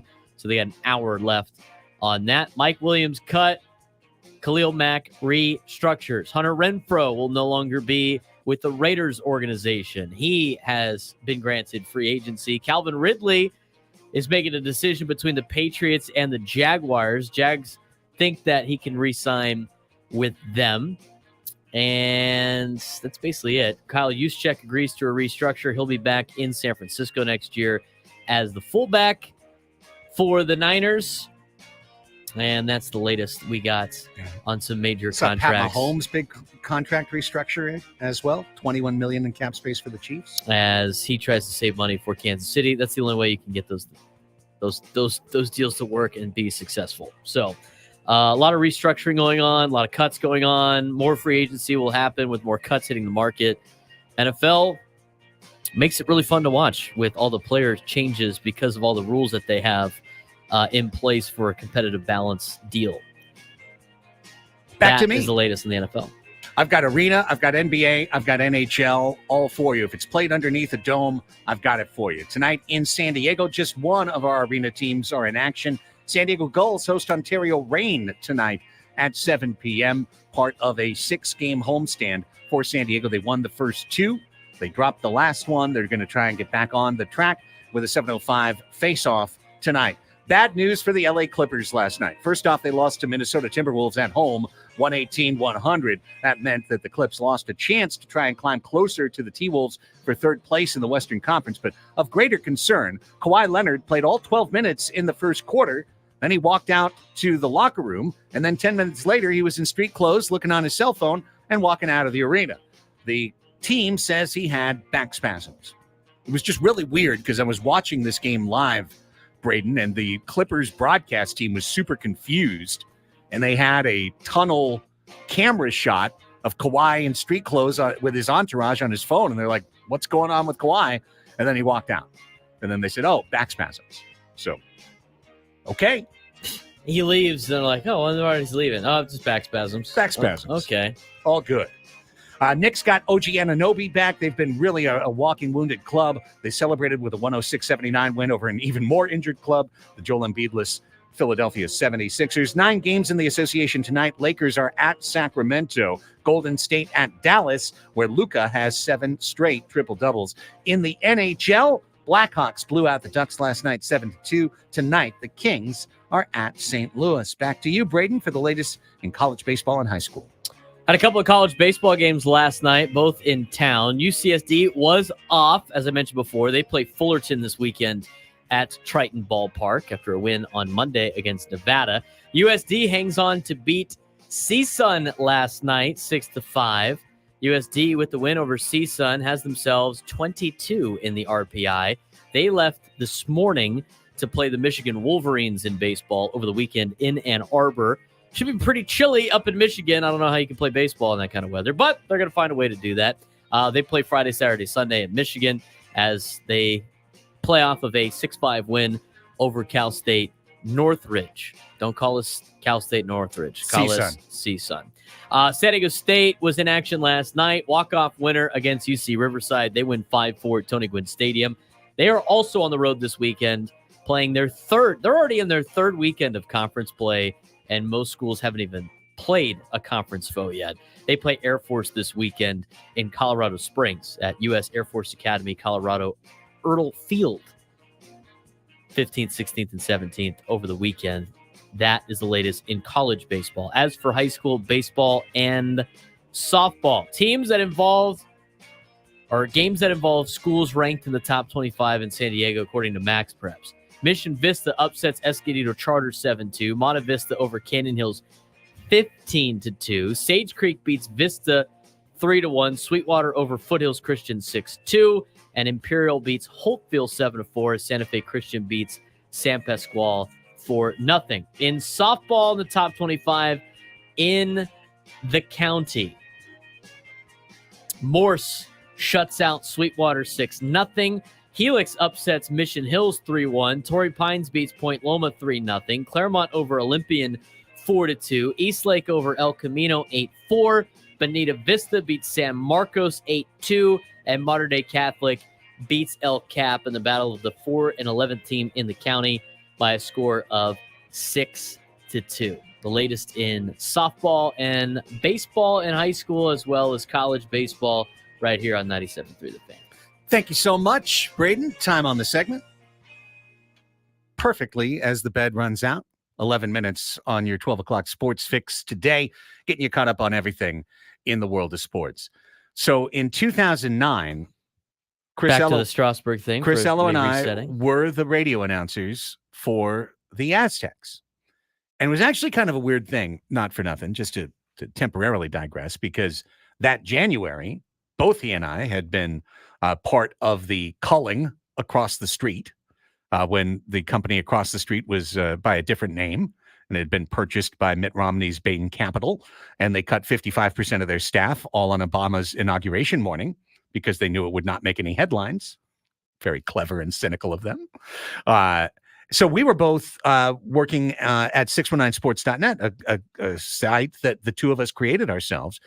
But we managed to still be able to work on those same stations announcing the Aztecs games that year. It just worked out that way. The boss did not like it, fought for us not to do it. It's a little behind the scenes drama, but nonetheless, we got the chance to call those games. And it was, of course, Stephen Strasburg's junior year. It's easily the most consequential year of Tony Gwynn's head coaching career at San Diego State. And it was when the club broke its 18-year drought of the postseason and made it into the regionals for the first time. So, Chris and I calling those games, and every Friday night, you thought this was the night that Stephen Strasburg was going to pitch a no-hitter. And I'm telling you, Braden, at least 4 times he took one through my middle innings, because we would do 2 innings, 2 innings, 2 innings, 2 innings, 1 inning, and Chris would get the 9th. So like we'd get through the 6th, we'd get into like the 7th, 8th, and he'd still have it. And then we'd always be looking at each other like, which one of us is going to have to call the hit? Yeah, right. Right. Let out of the bag. Like literally. And it was this deflation. It was this thing like he's gonna throw a no-hitter this year. Like you could just see it. He was sitting 97 with his fastball, but his slider in college, Braden, kids would miss by literally a foot. They would miss the pitch by a foot and a half. It would be in the left-handed batter's box, and right-handed hitters would be taking a hack at it. So you knew it was coming. And you kind of knew it was coming when Air Force would get to San Diego, because Air Force was, at least at that time, I don't know if it's still true, but they were terrible at baseball. Like they were just wasn't a baseball program, but they were in the Mountain West. So at the same time, I was announcing games for UCSD, for Ken Gross and Earl Edwards and their athletic department.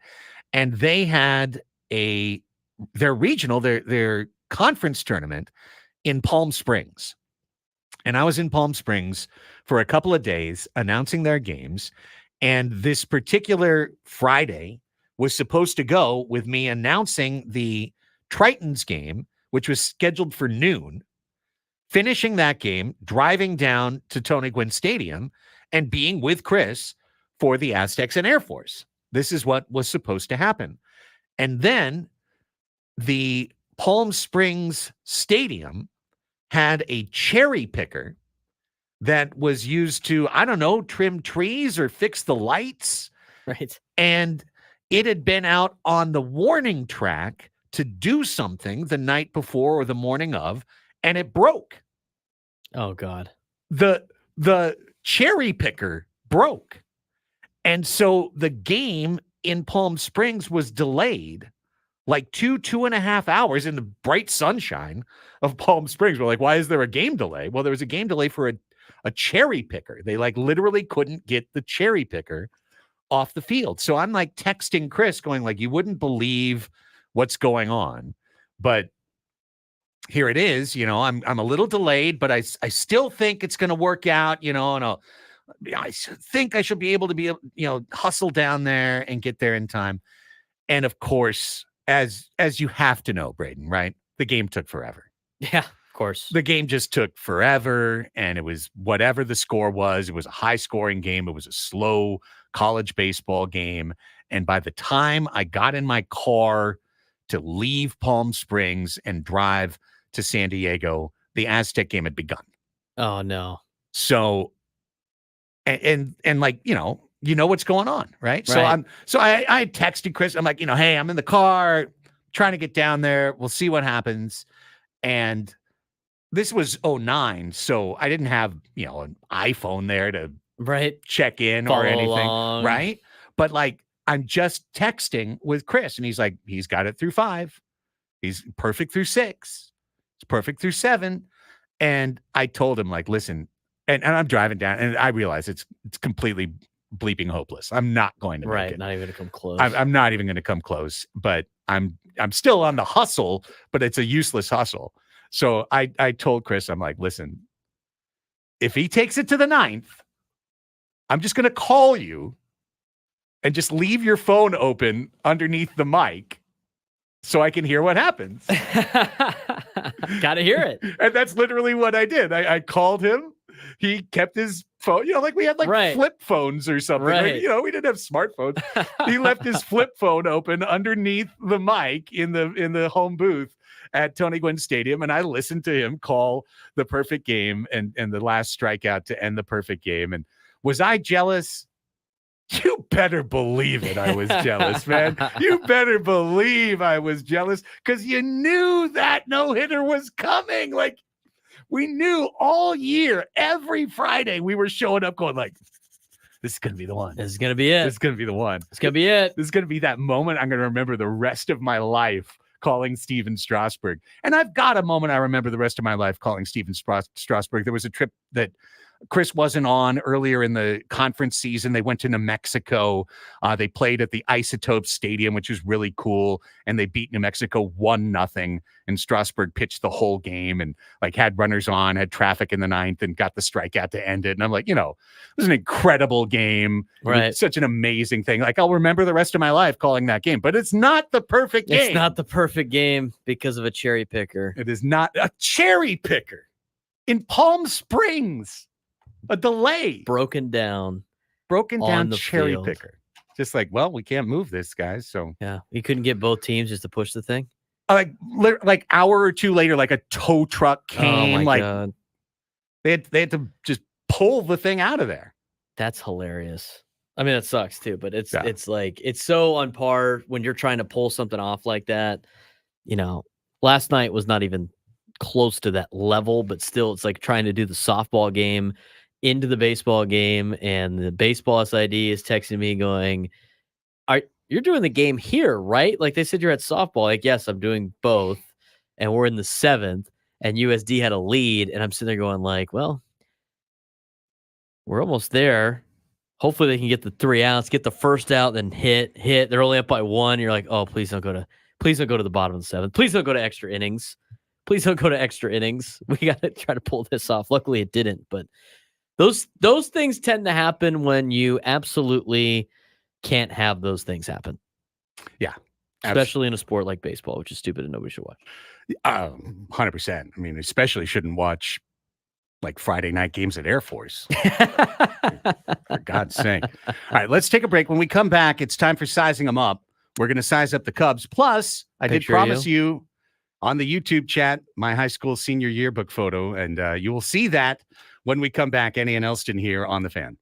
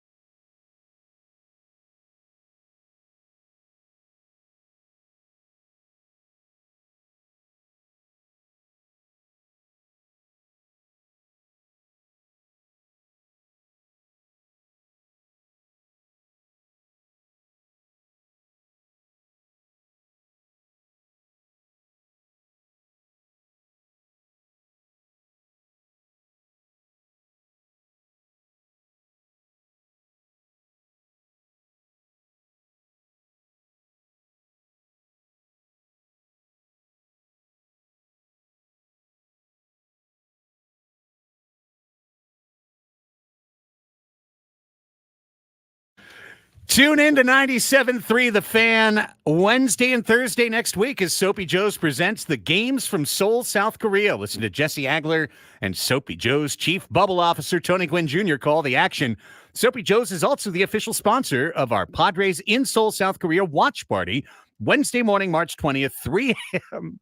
at 7 Mile Casino. It's all brought to you by Soapy Joe's Car Wash. Good, clean, fun. You just think that's a typo every time, don't you?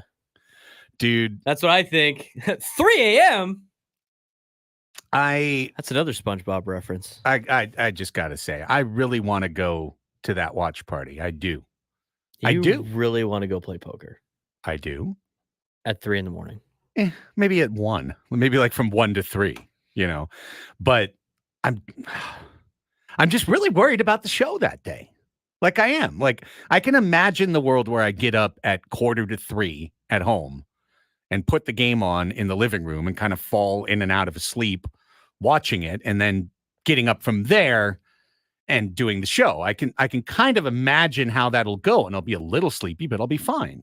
But I kind of have to get there at like midnight in order to get a little bit of a session before you watch the game. And you're going to be on oh man. I mean, I can't wait to see all the fans out there. I want to make sure that we maintain structural show integrity. You know, like we can't have all three of us passing out at the. No. So Annie's already not attending. So she has confirmed her lack of attendance, which is fine. She has to drive all the way from Hyper East County to get there. That would be she'd have to leave at midnight. Right. So at least she'll be alive and well, but she'll probably watch the game at home, which means she'll still be up. That's a good point. So we'll see how it all shakes out. I would like to be there. I'm also imagining as soon as I actually tell my wife my plan, she will not be happy. So she's going to say no to you? She'll be like, why are you going to do that? Something. And then who's going to take James to school? And, you know, the whole thing. So you could still take James to school. I could drive back across the county and then you could drive back. I mean, the game goes 3 hours. It's over at 6. Right. James no reason not to. At 6. No, right. no. I can go home and be part of the family morning. Go walk the dog. Maybe I'll do it. And then you'll be asleep by 1. Right. Which is not good because our show ends at 2. Right. Unless the Padres win by like 15 runs, and then you're just going to be so exuberant. I will. If I'm telling you right now, if we even win one game in Korea, I'm going to be psyched. 1 win? I will be psyched with 1 win. Yeah, I think a split is nice. Split will be awesome. If they sweep and I don't even, it's just 2 wins, party time. Right. You know, it's the reverse of that Joe Davis cut in the tournament of drops. You know, not cancel the parade. When's the parade? Absolutely. Guess that's why they play the games, huh? A passive aggressive comment from Joe Davis and Oral Hershiser about a parade after doing 2-0 there would actually be hilarious. I'm all about their pettiness because you want to know why? Because I know it bugs them. That's why. Yeah. Because I know losing to the Padres bugs the broadcasters. And as a broadcaster, if you show that you're bugged by the result on the field, I'm going to root for that every time. As the fan of the team that makes broadcasters disgruntled. So yes, Elisa in the chat, I intend to be there, but I cannot say with certainty yet that I will be there. Check back in with me Tuesday, basically next week. I'm going to have to make the executive decision that night. Do I pull? It's an all-nighter. Let's just be clear. It's an all-nighter. It's a no-sleep Wednesday if we make this call. Right. And that's what we were discussing before the show. It's not a problem of making it through the game.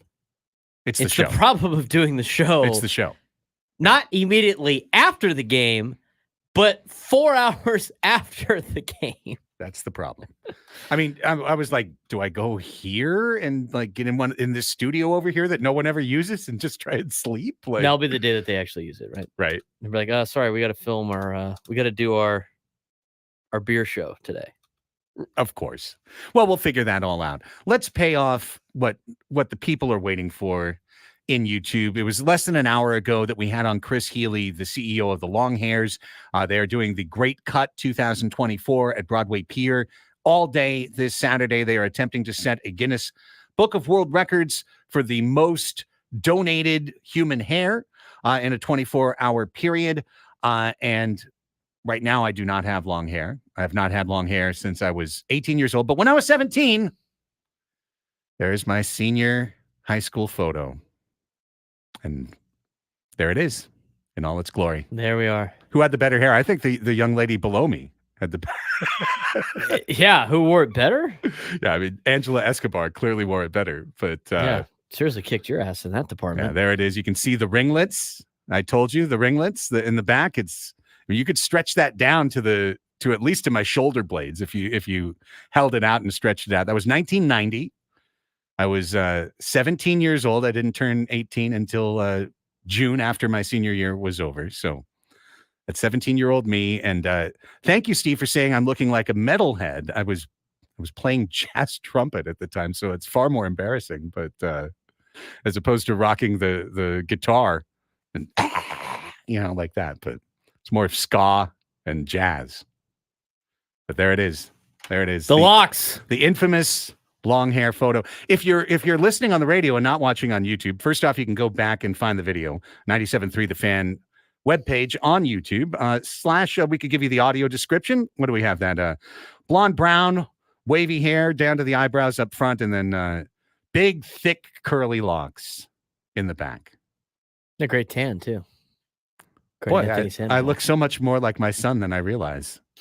Like James is 12 now. That's me at 17. He does look kind of similar. That's awesome. L. George says Napoleon Dynamite vibes. Very fair. Yeah. Very, very fair. You put tater tots in your pocket? I mean, who doesn't? Give me some tots. It's a delightful potato snack at any time in the day. I mean, who doesn't want that? Do you live with your Uncle Rico? Uncle Rico can really throw it. Let me tell you. Back in my day, I could throw it over the mountains. Bet you could throw it over the mountains. 12:33. We have just enough time. I don't even think we have enough time to do sizing them up Chicago Cubs right now. What do you think? No, I don't. I don't think we do. Plus, Annie would love to size them up.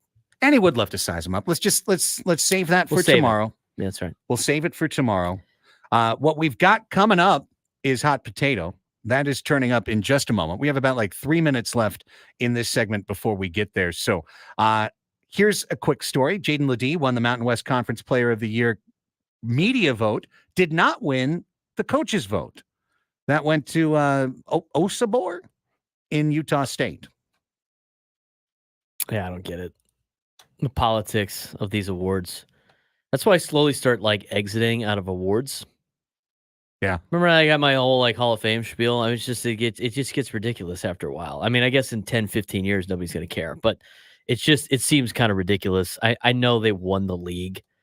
I'm also not, I hate when, and this happens all the time. I mean, this is standard for high school. Whoever wins the league in high school, they get the most representation. They get let's just say 10 spots. And then if you come in second, you get 8 spots. And if you come in third, you get 6 spots because the best team just naturally has the most players is their logic, which I don't think is the case. So, and I think the same thing applies for certain colleges. I know this was a vote, but I don't know why Jaden Ledee was not the player of the year. I mean, I do understand the whole best player on the best team attitude. That is kind of my attitude when it comes, for example, to MASL voting. I try and look at who's the best player on the best team, not just who scored the most points. But I think Jaden Ledee was the outstanding player in the Mountain West Conference this year, and the only player in the league that required constant double and triple teams. And the whole league had the same attitude toward Jaden Ledee, which was, if we don't throw 2 guys at him, we're not going to win the game. So they were concerned about him probably more than most players. Also, how about the New Mexico freshman had a co-freshman of the year? I mean, are you kidding me? Guy was so much better than everybody else. No kidding. What a joke. All Awards. Right. Awards are dumb. Nobody should watch. Awards are dumb and no one should accept them? Yes. Nobody should accept them. Stop giving them out. Unless you want to give me an award, then it's fine. Then it's... well, that's it. Yeah. You will accept? That's right. Fair. Give our show an award, we'll take it. But all the other awards are dumb. They're stupid. Nobody should accept awards. We are about to head to Silly Games. We're going to take our last break of the hour, and when we come back, it's time for Silly Games. It's time for an opportunity for you to be qualified for our grand prize drawing at the end of the month. A trip for 2 to the Fontainebleau Las Vegas, dinner for 2 as well. Book now at FontainebleauLasVegas.com. Today's silly game is Hot Potato. It is the game of fast-paced trivial knowledge. You do not have Annie as a potential opponent today. You've got to take on me. Nonetheless, give us a call, 833-288-0973. We're looking for an opponent for Hot Potato. Braden will have 3 different lists. We will go back and forth, you and I, dear competitor, and whoever drops the hot potato first loses that round. First to win 2 out of 3 rounds wins the contest, beat me, and be qualified for the grand prize. That's what we're doing after this timeout. So 833-288-0973. If you want to be today's contestant on Hot Potato, give us a call during the break. We're back to play silly games next. Danny and Elsten on the Fan.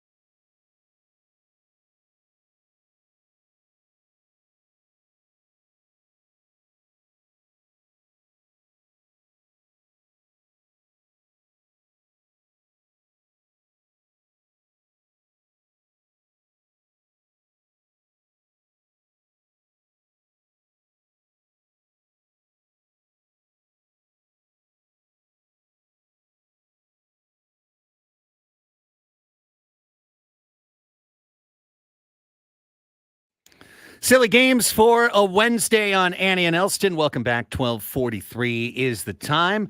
Annie is off today. She'll be back tomorrow. But Braden and I holding down the fort. Craig Elsten, Braden Suprenant, and it is time for Silly Games. Today's silly game is...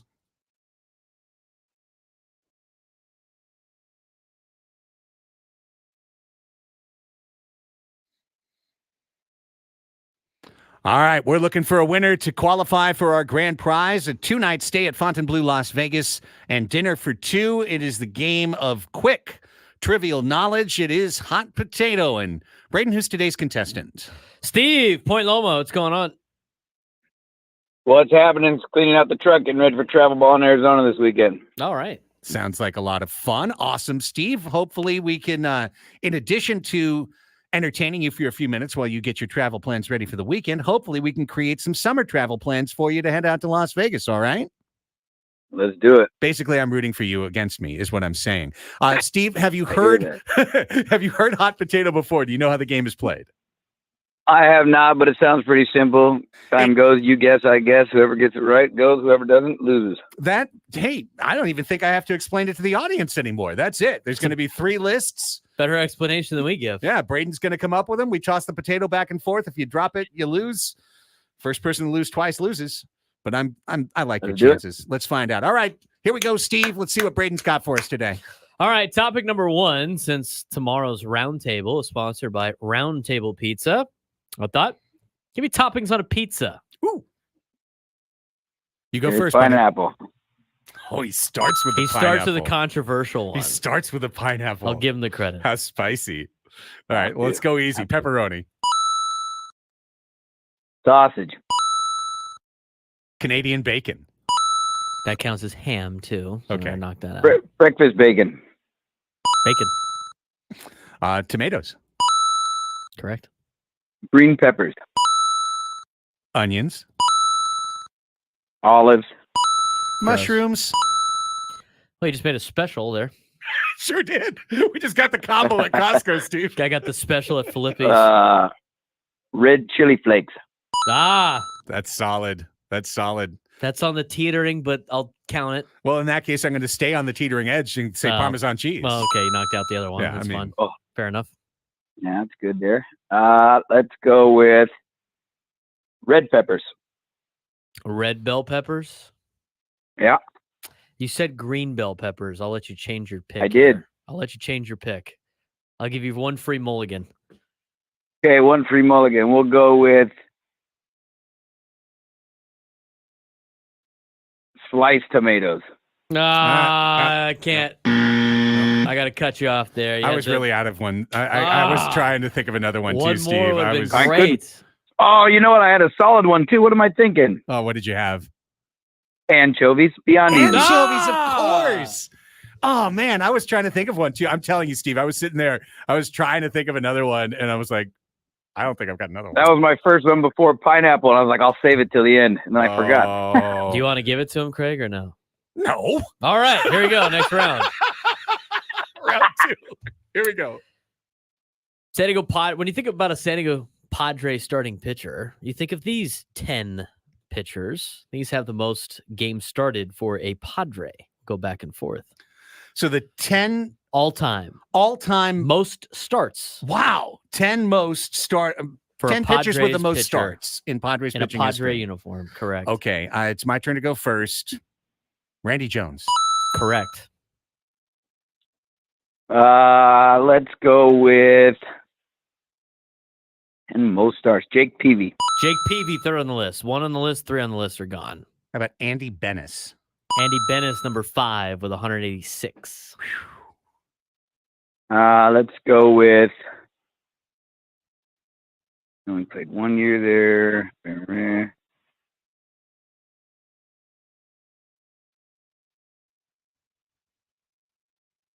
Jesus.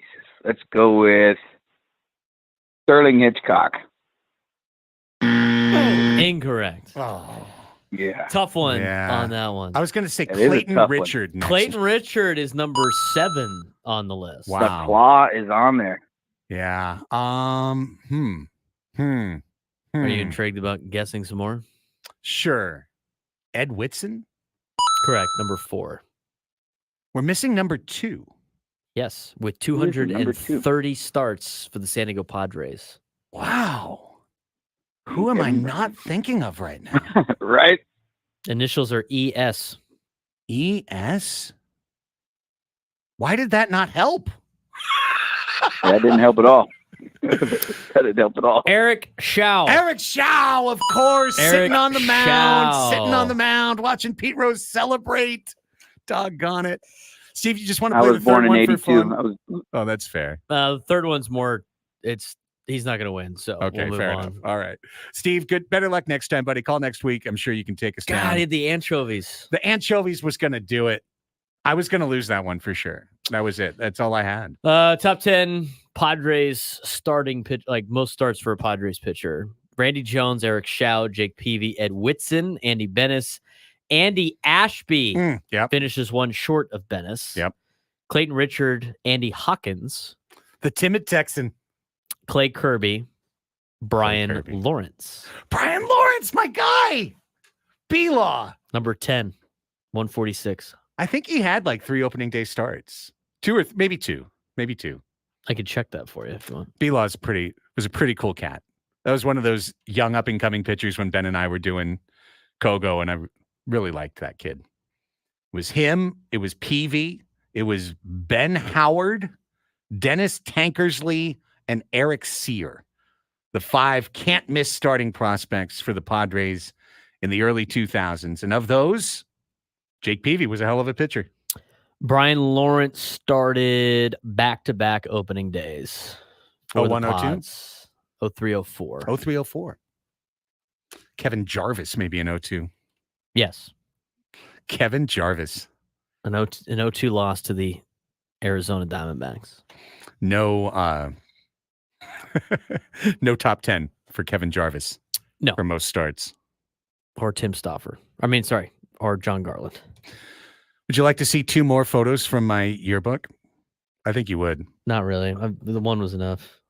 Who's that? Cameron Diaz. Cameron Diaz was in your... Cameron Diaz was in my senior class. Wow. Guess who was voted most likely to succeed? Craig Elsten with his long hair. Not me. Not Cameron me. Diaz? Was it actually her? Yeah, it was actually her. Yeah. Oh, wow. Cameron Diaz, future to be a star in The Mask and Charlie's Angels and everything else. The great Cameron Diaz. And this is... Recognize? This is from my junior year yearbook.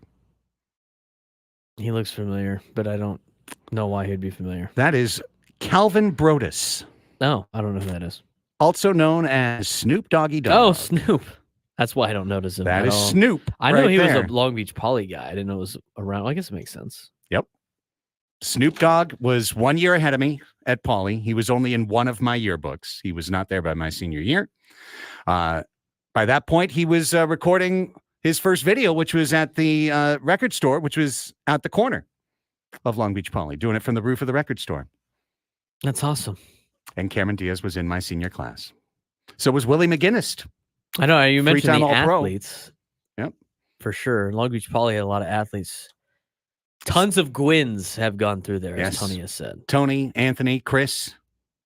Chris Gwynn was a great Long Beach Poly jackrabbit. But so was Cameron Diaz, and I also went to that school. That's right. And so did Elsten Mullet Man. Craig Mullet Man Elsten. Hey, shout out to one of my favorite places in San Diego. Just saw this come across the newswire in the last hour. You love awards, as we established last segment, Braden. Awards are your favorite thing. USA Today's list of best beer bars came out, and ranked number 1 in the country is San Diego's number 1 soccer bar in the country, or in the city, O'Brien's. Wow. O'Brien's in Kearney Mesa has been voted USA Today's best beer bar. A whopping 28 craft beers on tap, one of the city's first craft beer bars, and number 1 in the country. It's where all the American Outlaws go for every U.S. women's and men's national team event that they can't travel to or that isn't here in San Diego, that's where AO San Diego always goes, to O'Brien's. So shout out O'Brien's. Shout out to Petco Park getting #1 ballpark again. #1 ballpark in the country. How could there be any question about it? Sometimes they mix it up just to like show that they're not biased, which they're not biased. But I could see why people would be upset about that sometimes in the other parts of the country. But it's literally the best ballpark every year. And every year they top it with something else of a major upgrade. Yeah. The Park in the Park's going to be probably really cool. I Yeah, mean, the the new Gallagher nostalgia. Square, yeah. The nostalgia of not having the real baseball field back there and it's put in the corner. That's fine. But aside from that, it's going to be pretty cool. I agree. I think it's going to be a lot of fun. I can't wait to be out there. Can't wait to spend the year there. And I'm really curious what kind of club we're going to have when we are enjoying Padres baseball at Petco Park all year long. I'm sure Sam Levitt is curious too. And we're going to talk to Sam Levitt when we come back. We have 2 minutes left in this segment, but then we're going to talk to Sam Levitt on the other side. Let's set up hour number 4 of Annie and Elsten today. Missing Annie today. She will be back tomorrow. Coming up in the 1 o'clock hour, we are going to talk to Sam Levitt. That'll take up much of the first hour. We could still sneak in sizing him up in there. We could do that, or we've got about 3 different stories we haven't gotten to yet today, and we're going to wrap things up with Ask Us Anything. I'll just throw a quick news note out here because we've got 90 seconds. There isn't really much to talk about this, but it's continuing to be exciting to see the growth of women's sports. And the CONCACAF W Gold Cup was a rousing success. It was the first time that CONCACAF did an international women's event such as that. They'd done the Gold Cup for the men for years and decades, but they did it for the women. Of course, the United States won that on Sunday. Now, they just announced today, CONCACAF is launching the W Champions Cup. This is going to be an opportunity for the winner of the NWSL to compete against other women's league champions from around North, Central, and South America for an opportunity and a path to get to the FIFA Club World Cup and to take on other clubs around the world. That's fun. Yeah. I like that.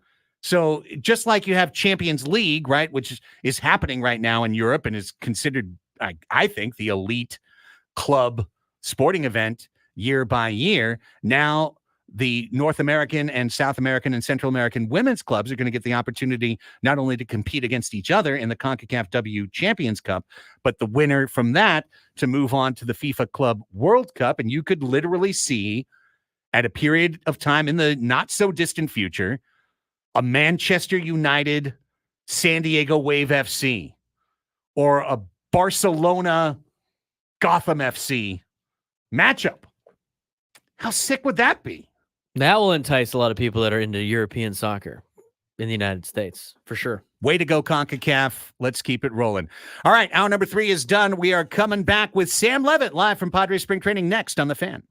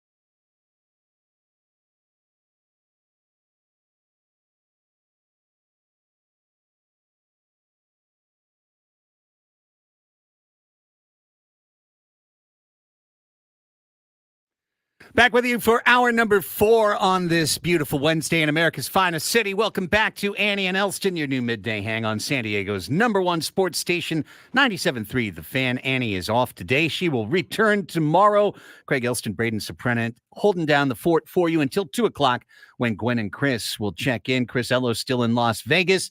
Shout out Lady Aztecs, hoping the San Diego State women's basketball team can do the unthinkable. They're what did you say? 21-point underdogs today? 20 and a half.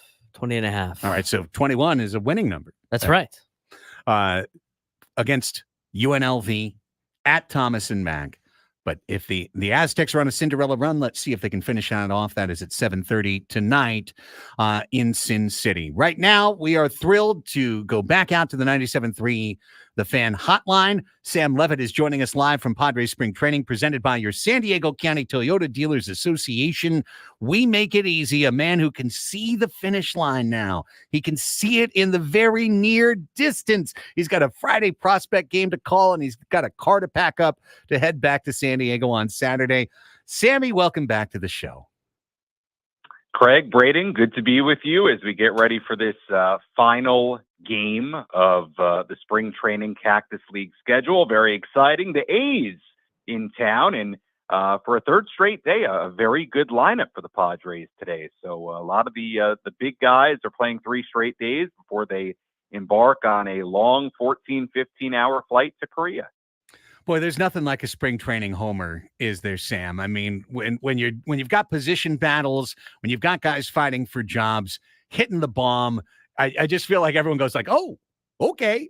And Jackson Merrill with homers in consecutive days. No one thinks he's going to be a 25-homer player in Major League Baseball this year, but I think a little power doesn't hurt.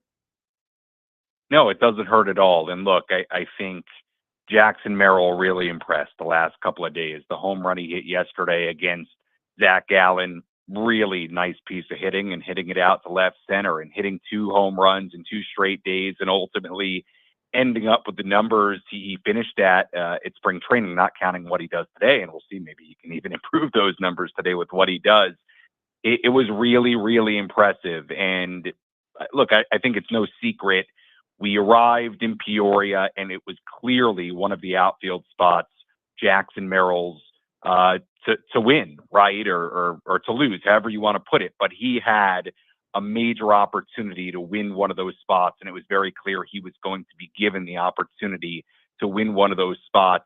And to his credit, guys, you know, he really solidified it in the last week or so, and he's earned that opportunity in the major leagues. Now, of course, it's limited experience at the upper levels of the minor leagues. I think we all understand how young he is. Limited experience at Double-A, all of it. And there are going to be fair questions as to how that might impact him when he gets to the major leagues, and we'll ultimately see how he does.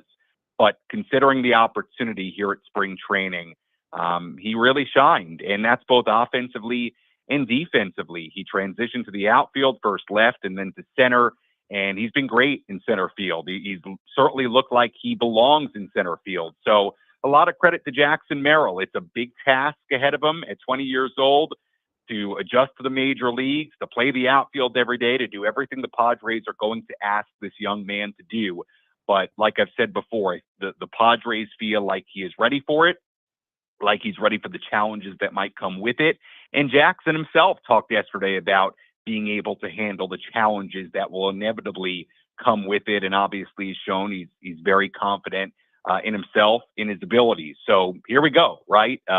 Mike Schultz wouldn't come out and say it yesterday, but he got pretty close and gave you every indication that obviously he's going to Korea and in all likelihood will be this team's opening day center fielder. So credit to Jackson Merrill. I got to say, especially the last week or so, last couple of days, he's taken the opportunity by the horns and he's really run with it. So credit to him. Yeah, something that stood out all the way back to when Ben and Woods were in Peoria and Jackson was on the show. The fact that he grew an inch in the offseason, that he's approaching 6'4" now. And he said himself, like, his body type isn't generally associated with being a shortstop. Not that it's impossible. And there are tall shortstops that have been successful in the majors. I mean, Cal Ripken, say hello, but nonetheless, he kind of intimated that maybe center field actually made more sense for his physique and his body type at this point in his career. Well, I thought it was interesting when he first transitioned to the outfield and then he played the one game in center. It was really clear immediately that he was more comfortable in center and probably enjoyed playing center field more. And you're right, Craig. He showed up at spring training and he was clearly both a little bit taller and also just bigger. He was broader. He was more muscular. So the body type, you're right, probably fits better for an outfielder long term. That's not to say that he couldn't have played shortstop. By the way, that's not to say that he won't ever play shortstop again. He's 20 years old. Who knows, right, what the future holds for Jackson Merrill. But look, to your original point, he's been, really, really impressive in every single way. And certainly physically, who knows if he's done growing. So the body type, you're right, fits that outfield profile, and he's going to be given an opportunity to be a major league outfielder. So we'll see how it goes. Just to put a button on it, I mean, we are going into this assuming that he will take the heavy side of the platoon in center field, right? And he'll start against right-handers, and then it'll probably be a Zokar against lefties. Yeah, I mean, Craig, we'll see. I don't know how much of a platoon it'll be or not. And I say that because I do think the Padres, whether it's in the case of Merrill or the case of Paulie or any of their young players that they think have a chance to make a real impact in the major leagues, I do think it is part of this team's philosophy that when these guys are given opportunities to play in the major leagues, they're going to play. They're going to play almost every day. They're going to get at bats. So I'm interested to see in the first month of the season, let's say, Craig, how much of a platoon is it? Do the Padres try to ease Jackson Merrill in? Do they try to give him more right-handers? Do they try to avoid left-handers? Do they try to get Jose Zokar in there? Do they try to just make the schedule a little bit easier for him?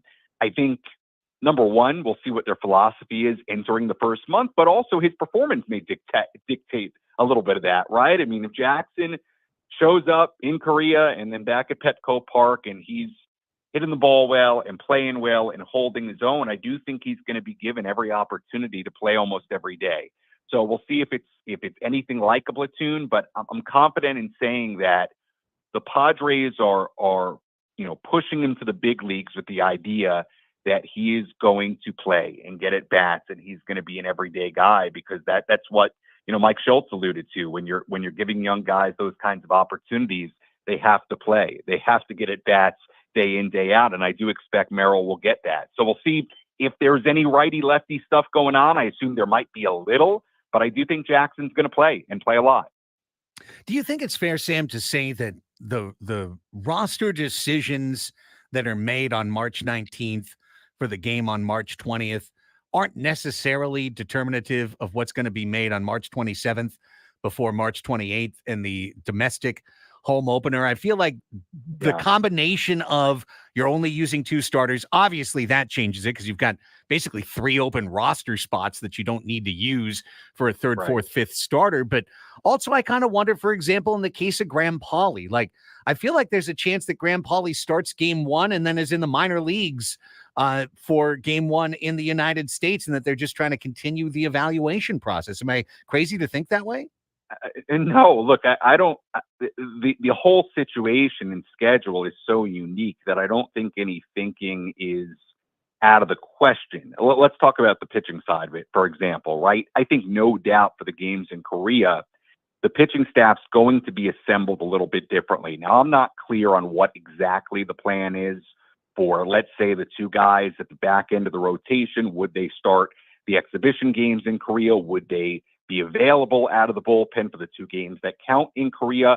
One thing I think we can say pretty definitively at this point is that Michael King will be available for those 2 games in Korea, and I'd be surprised if he isn't used in some capacity against the Dodgers over the course of those 2 games. So what that might mean, it might mean the Padres have a slightly smaller pitching staff in those 2 games because they know they're going to use King at some point, and obviously King, just from a workload standpoint, can eat up some innings, right? He's training to become a starting pitcher, so he can help you there. So there may be some differences for those 2 games in general. As far as the idea that somebody like a Paulie could play in Korea, then be back in the minor leagues? Craig, I guess, but I have got the sense all spring that the Padres aren't treating those 2 games that matter in Korea like extra evaluation. To me, if Paulie is going to get an opportunity to play in the major leagues from the outset, I think that'll be in Korea and beyond. I don't necessarily see a situation where it's, somebody plays in Korea and then back, they're back to Arizona for minor league camp once they get back. It's possible, but to your overall point, it's going to be an interesting scenario because the Padres can make certain decisions with the travel party, then make certain decisions with the 2 games that count in Korea that also impact how they might use guys in the exhibition games in Korea. And then obviously things can sort of reset in a way when they get back to Petco Park and restart things on March 28th. So on the pitching side, I think it probably will look a little bit different. On the position player side, we'll see. I think it's still a little bit unclear what they plan to do in some of these spots. We're talking with Sam Levitt live from the Peoria Sports Complex, presented by your San Diego County Toyota Dealers Association. We make it easy. Yuki Matsui is scheduled to throw today, right? He is. He's on the schedule to throw today, which is great news. He's been trending in the right direction for a week or two. Obviously, he's been built back up from throwing bullpens to then throwing a live BP to being scheduled to throw today. So the indication we've had really for the last week, as long as today goes all right, I'd be shocked if he weren't available for the games in Japan. I mean, with that said, he also has to sit on a 14, 15-hour flight coming up, and he was dealing with a back issue. I'm not putting that into the universe at all, but I think we should just maintain a little bit of caution, before we say that definitively. But yes, right now, everything's trended in the right direction for Matsui. He's come out of every step of the progression after the back issue really well, and hopefully things go well today. And as long as that goes well and the flight goes well, I would highly assume at this point he's available for the 2 games in Korea, which is important. He's an important left-hander out of your bullpen.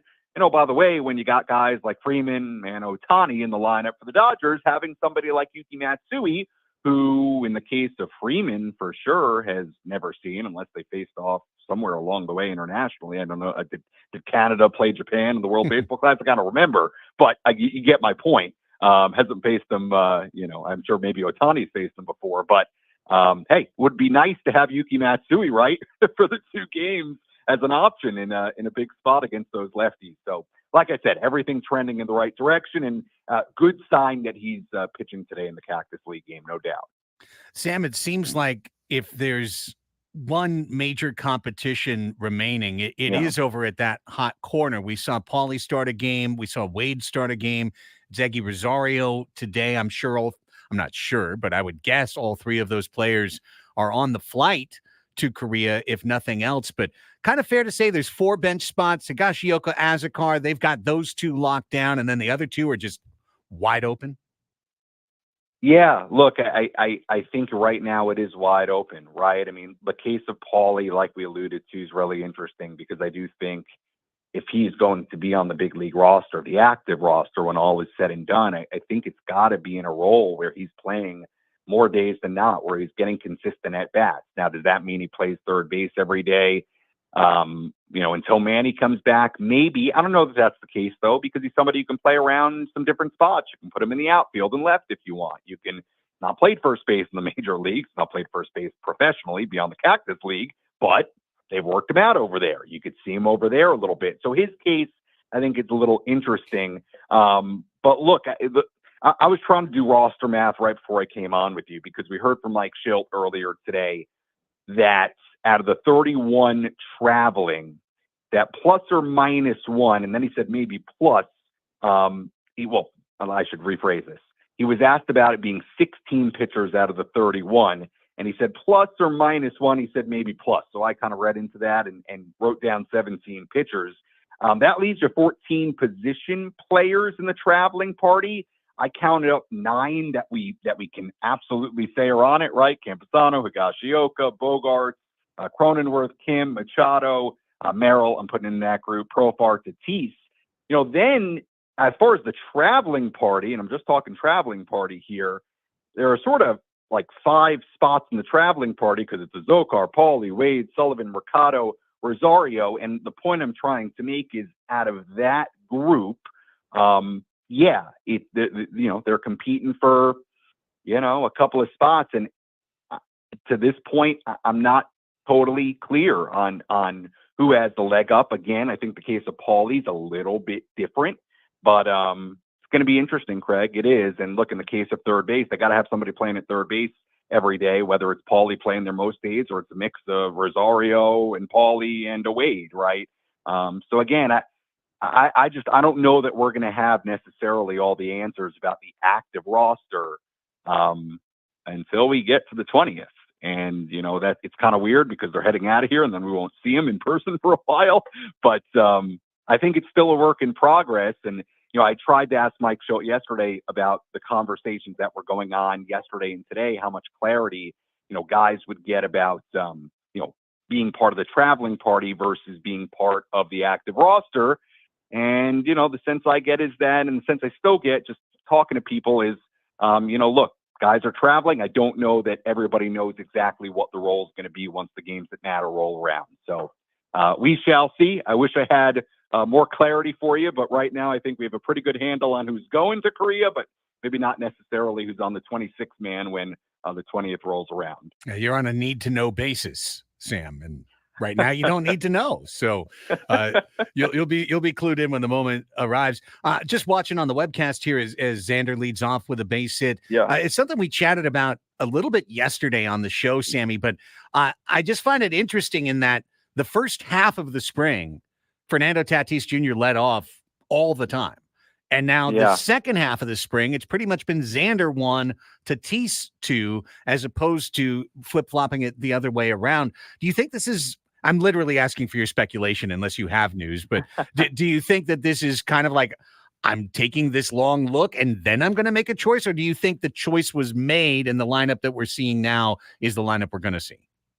Well, I wouldn't say definitively that the lineup you'll see on the 20th will be Bogarts 1, Tatis 2. It is something that I talked to Mike Schultz about, I don't know, 4, 5, 6 days ago, sometime in the last week.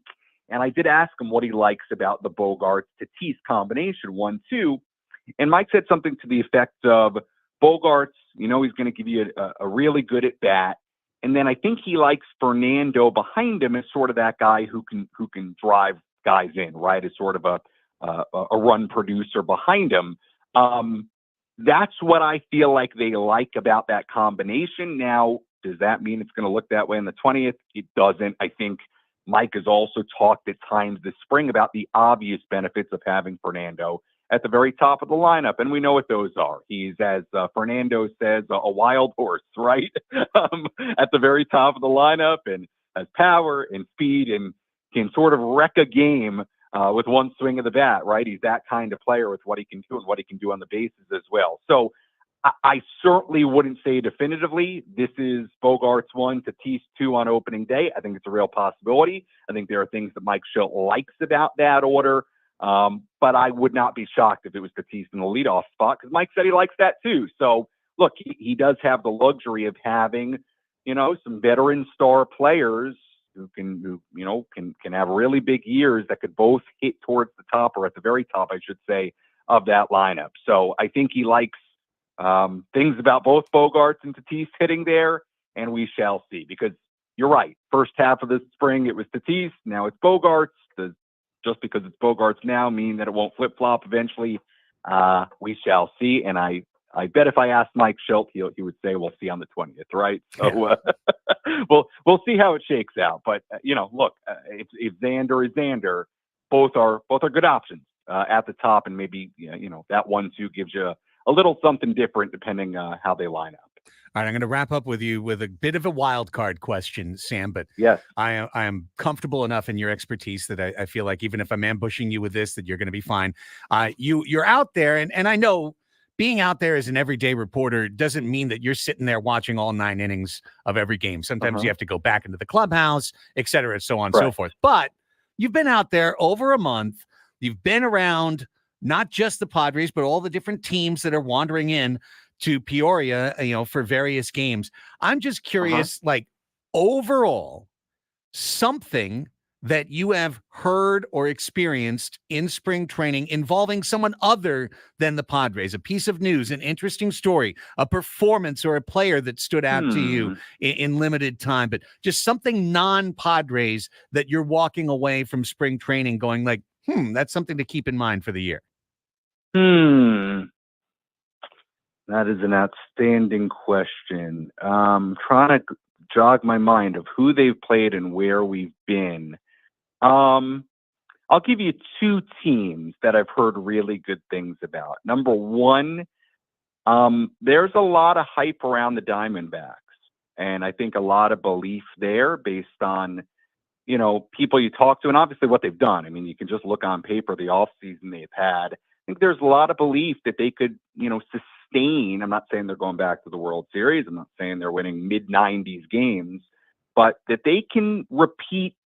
What I mean by repeat is be right back there, be right back in the postseason and not take any kind of step back. And, the more I look at them and you hear about them, man, they have a lot of good young players, and they showed it last postseason, obviously. But they've done some really good things. The addition of Eugenio Suarez, the addition of Eduardo Rodriguez, I just think there's a lot to like there. And I know that's maybe not news the Padres fans want to hear, but I think that's a real thing. I think there's a lot of good stuff coming out of Diamondbacks camp. I felt like when we were, over at Sloan Park at the Cubs, getting a sense of them, they like their young players as well. And adding Bellinger was a nice thing for them. And they could use more. They could certainly use more pitching. They could use to spend more money. But they've got some young players in a system that they're very excited about. So I would say those are the two teams. I can't think of any like bombshell things that were said to me. Also, Craig, to be honest with you, it's been a different spring in the sense of the Padres obviously are playing less Cactus League games, but we haven't seen everyone. Right. The Padres never went to Surprise. They never saw the Rangers, for example, is one team we never saw. And there are some others in that mix as well. So it's been a bit of a weird spring where normally you see every team a couple of times and you certainly go everywhere at least once.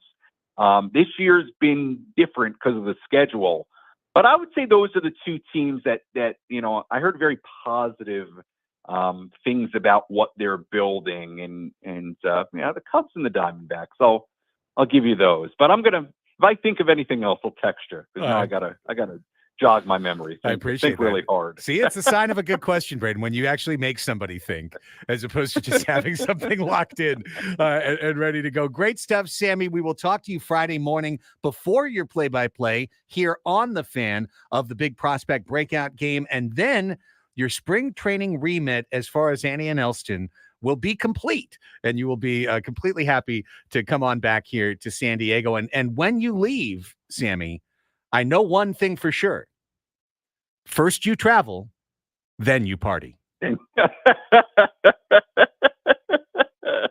Well, I didn't quite get the answer to the question that I was looking for, but we did get that one line, which was well worth it. And we got the laugh from Mike Schultz. Oh, the laugh is going to live all year.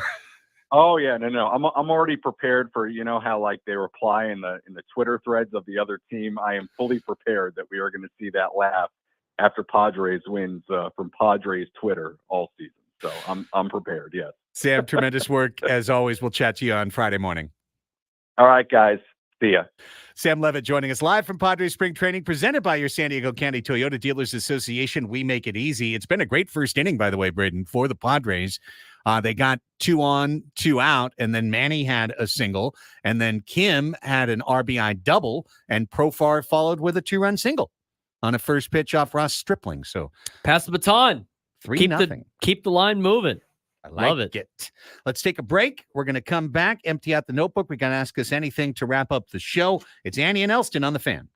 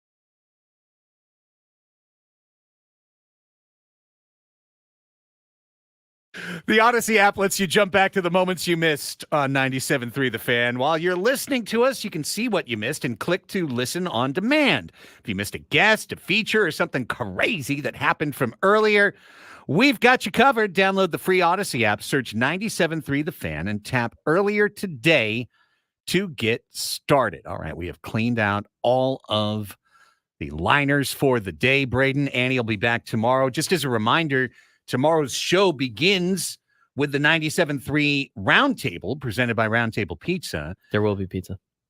Guaranteed. Better be. Better be. I wonder how many different kinds of pizza there will be. I don't know. Should we call Steve in Point Loma to ask him for his topping selections? I mean, we went pretty deep, just short of anchovies. That's it. Hopefully one veggie pizza for Annie. Correct. It's got to be at least one. I like a good veggie pizza. There's nothing wrong with a good veggie pizza. Not bad. Can be outstanding. I don't really hate on too much pizza.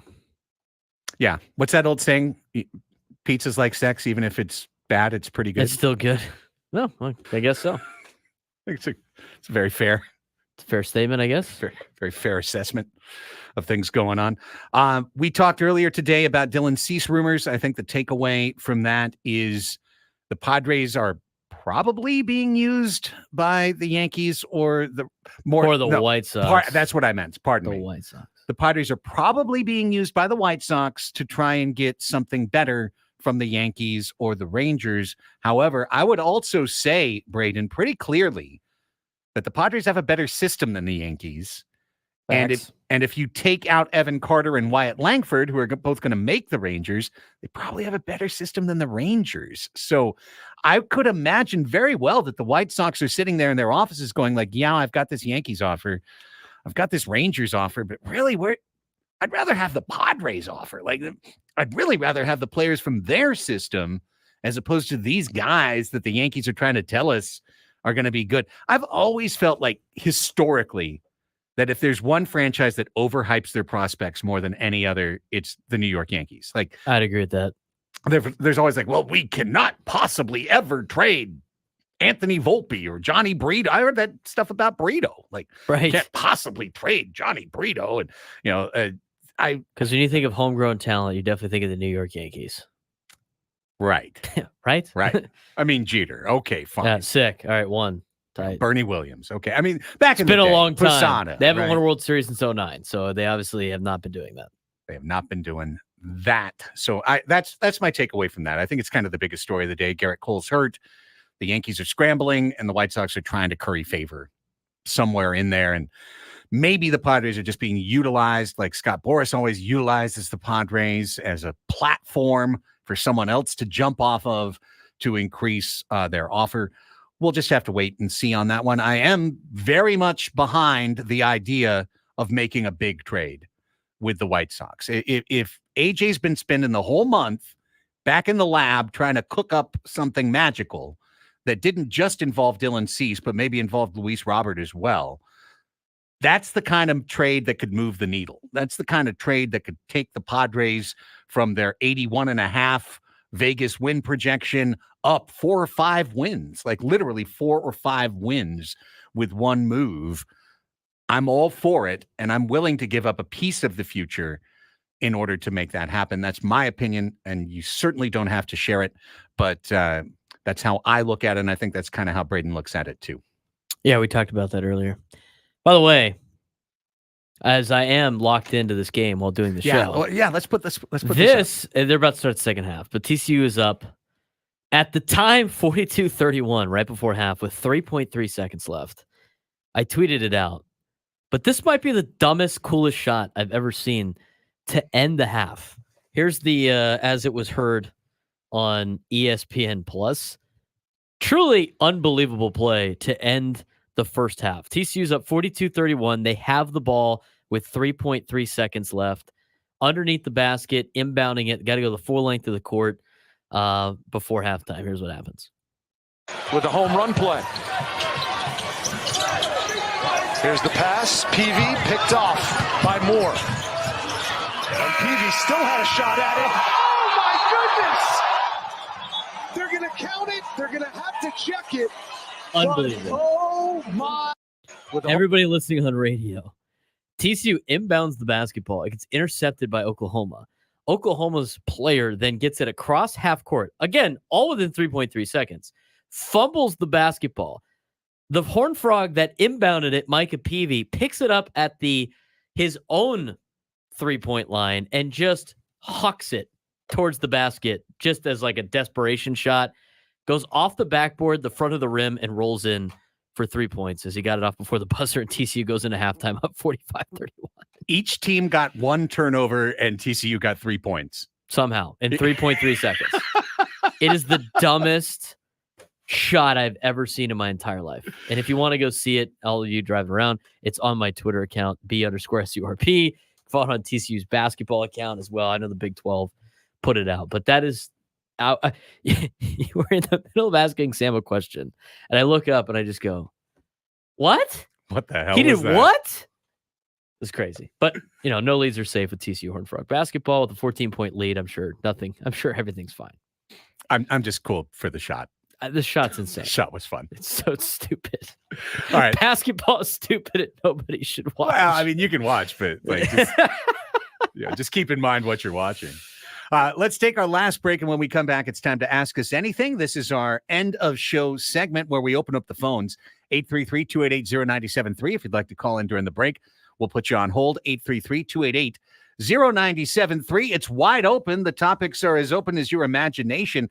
All that we ask of you, if you dial us up, is that you ask us a question, not a long 2-minute thought or an opinion, a question, because the segment is called Ask Us Anything. So we're going to be doing that. We'll take some questions from the YouTube chat as well. 833-288-0973. Ask us anything to wrap up Annie and Elsten after this quick time out on the Fan.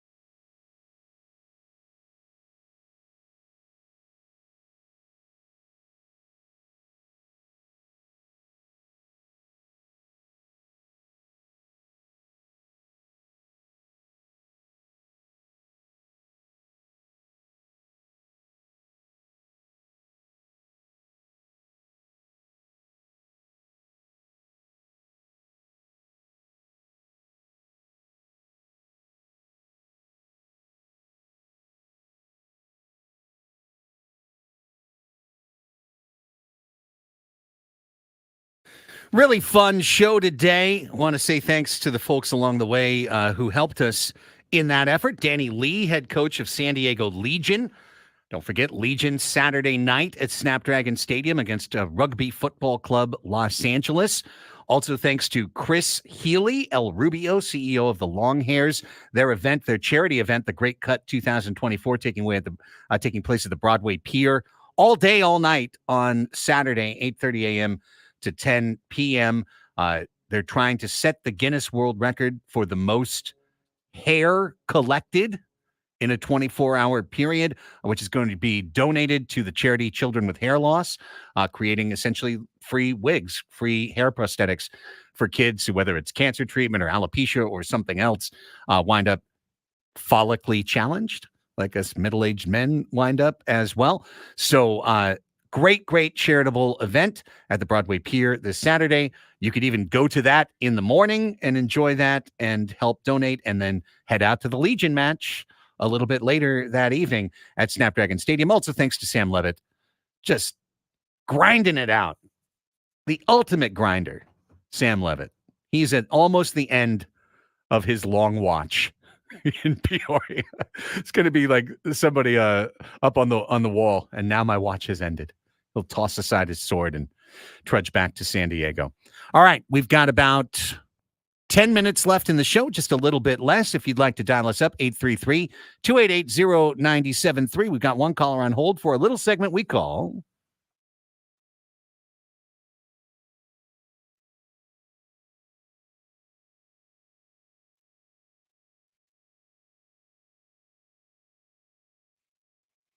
All right, let's wrap up the show in style. You got 5 minutes to call us up if you'd like to dial us up, 833-288-0973. We'll take all calls until 1:50 on the clock, 833-288-0973. That's how Greg dialed us up in Chula Vista. Hi, Greg. Ask us anything.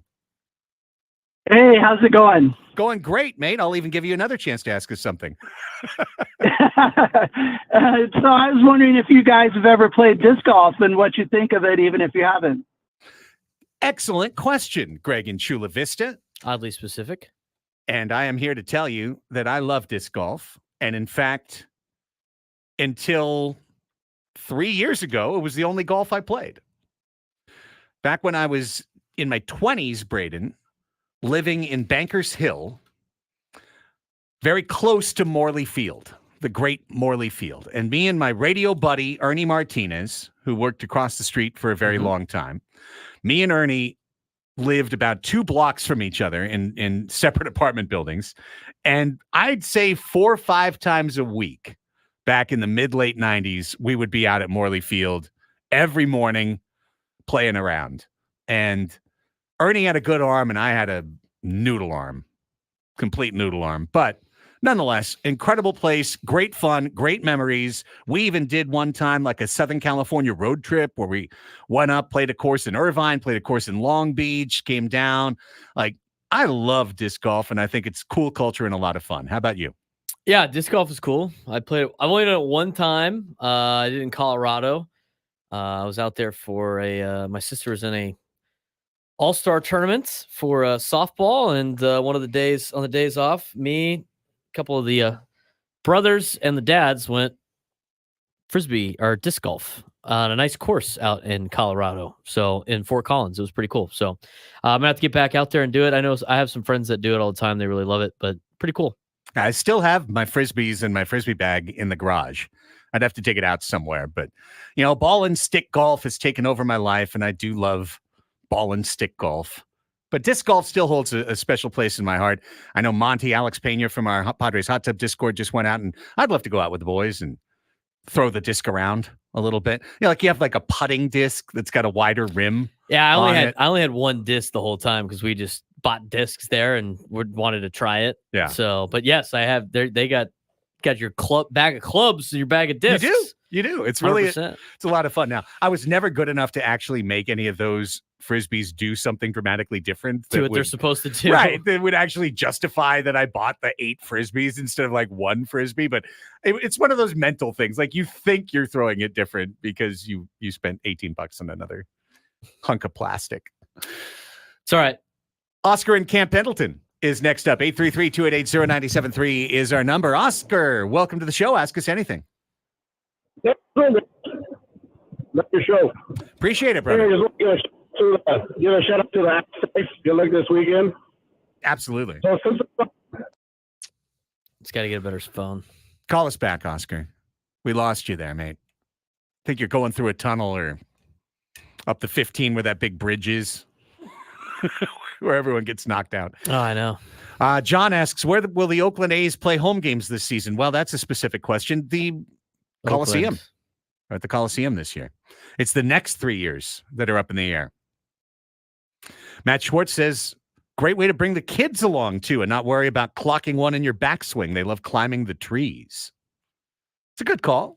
I took my son out disc golfing once. He was just as excited about it as he was real golf. Excited? Not excited. Not excited. I still dream of James getting into golf. Like, great sport. He's young enough. He's still 12. He could literally get into it, be terrible for a year, get a little better, and make the high school team. That's right. In like 2 years. I know he could. I keep dreaming of this. Let's see. We got, he's just in under the time there. We got Magic calling in. Magic, straight to the airwaves, buddy. Welcome to Annie and Elsten. Ask us anything. Good afternoon, guys. I wish Annie was there, but I'll ask you two guys. Maybe somebody's already asked you guys this. If you guys had a dream before you retire from what you do that you love so much, what would be the number one sporting event worldwide or in the States that you would want to do? Whether it be World Cup, World Series, Super Bowl, what would be your dream telecast live to the world? That's it. So this is a that we'd be doing? Question. That we'd be doing? Yeah. Wow. Either one of you.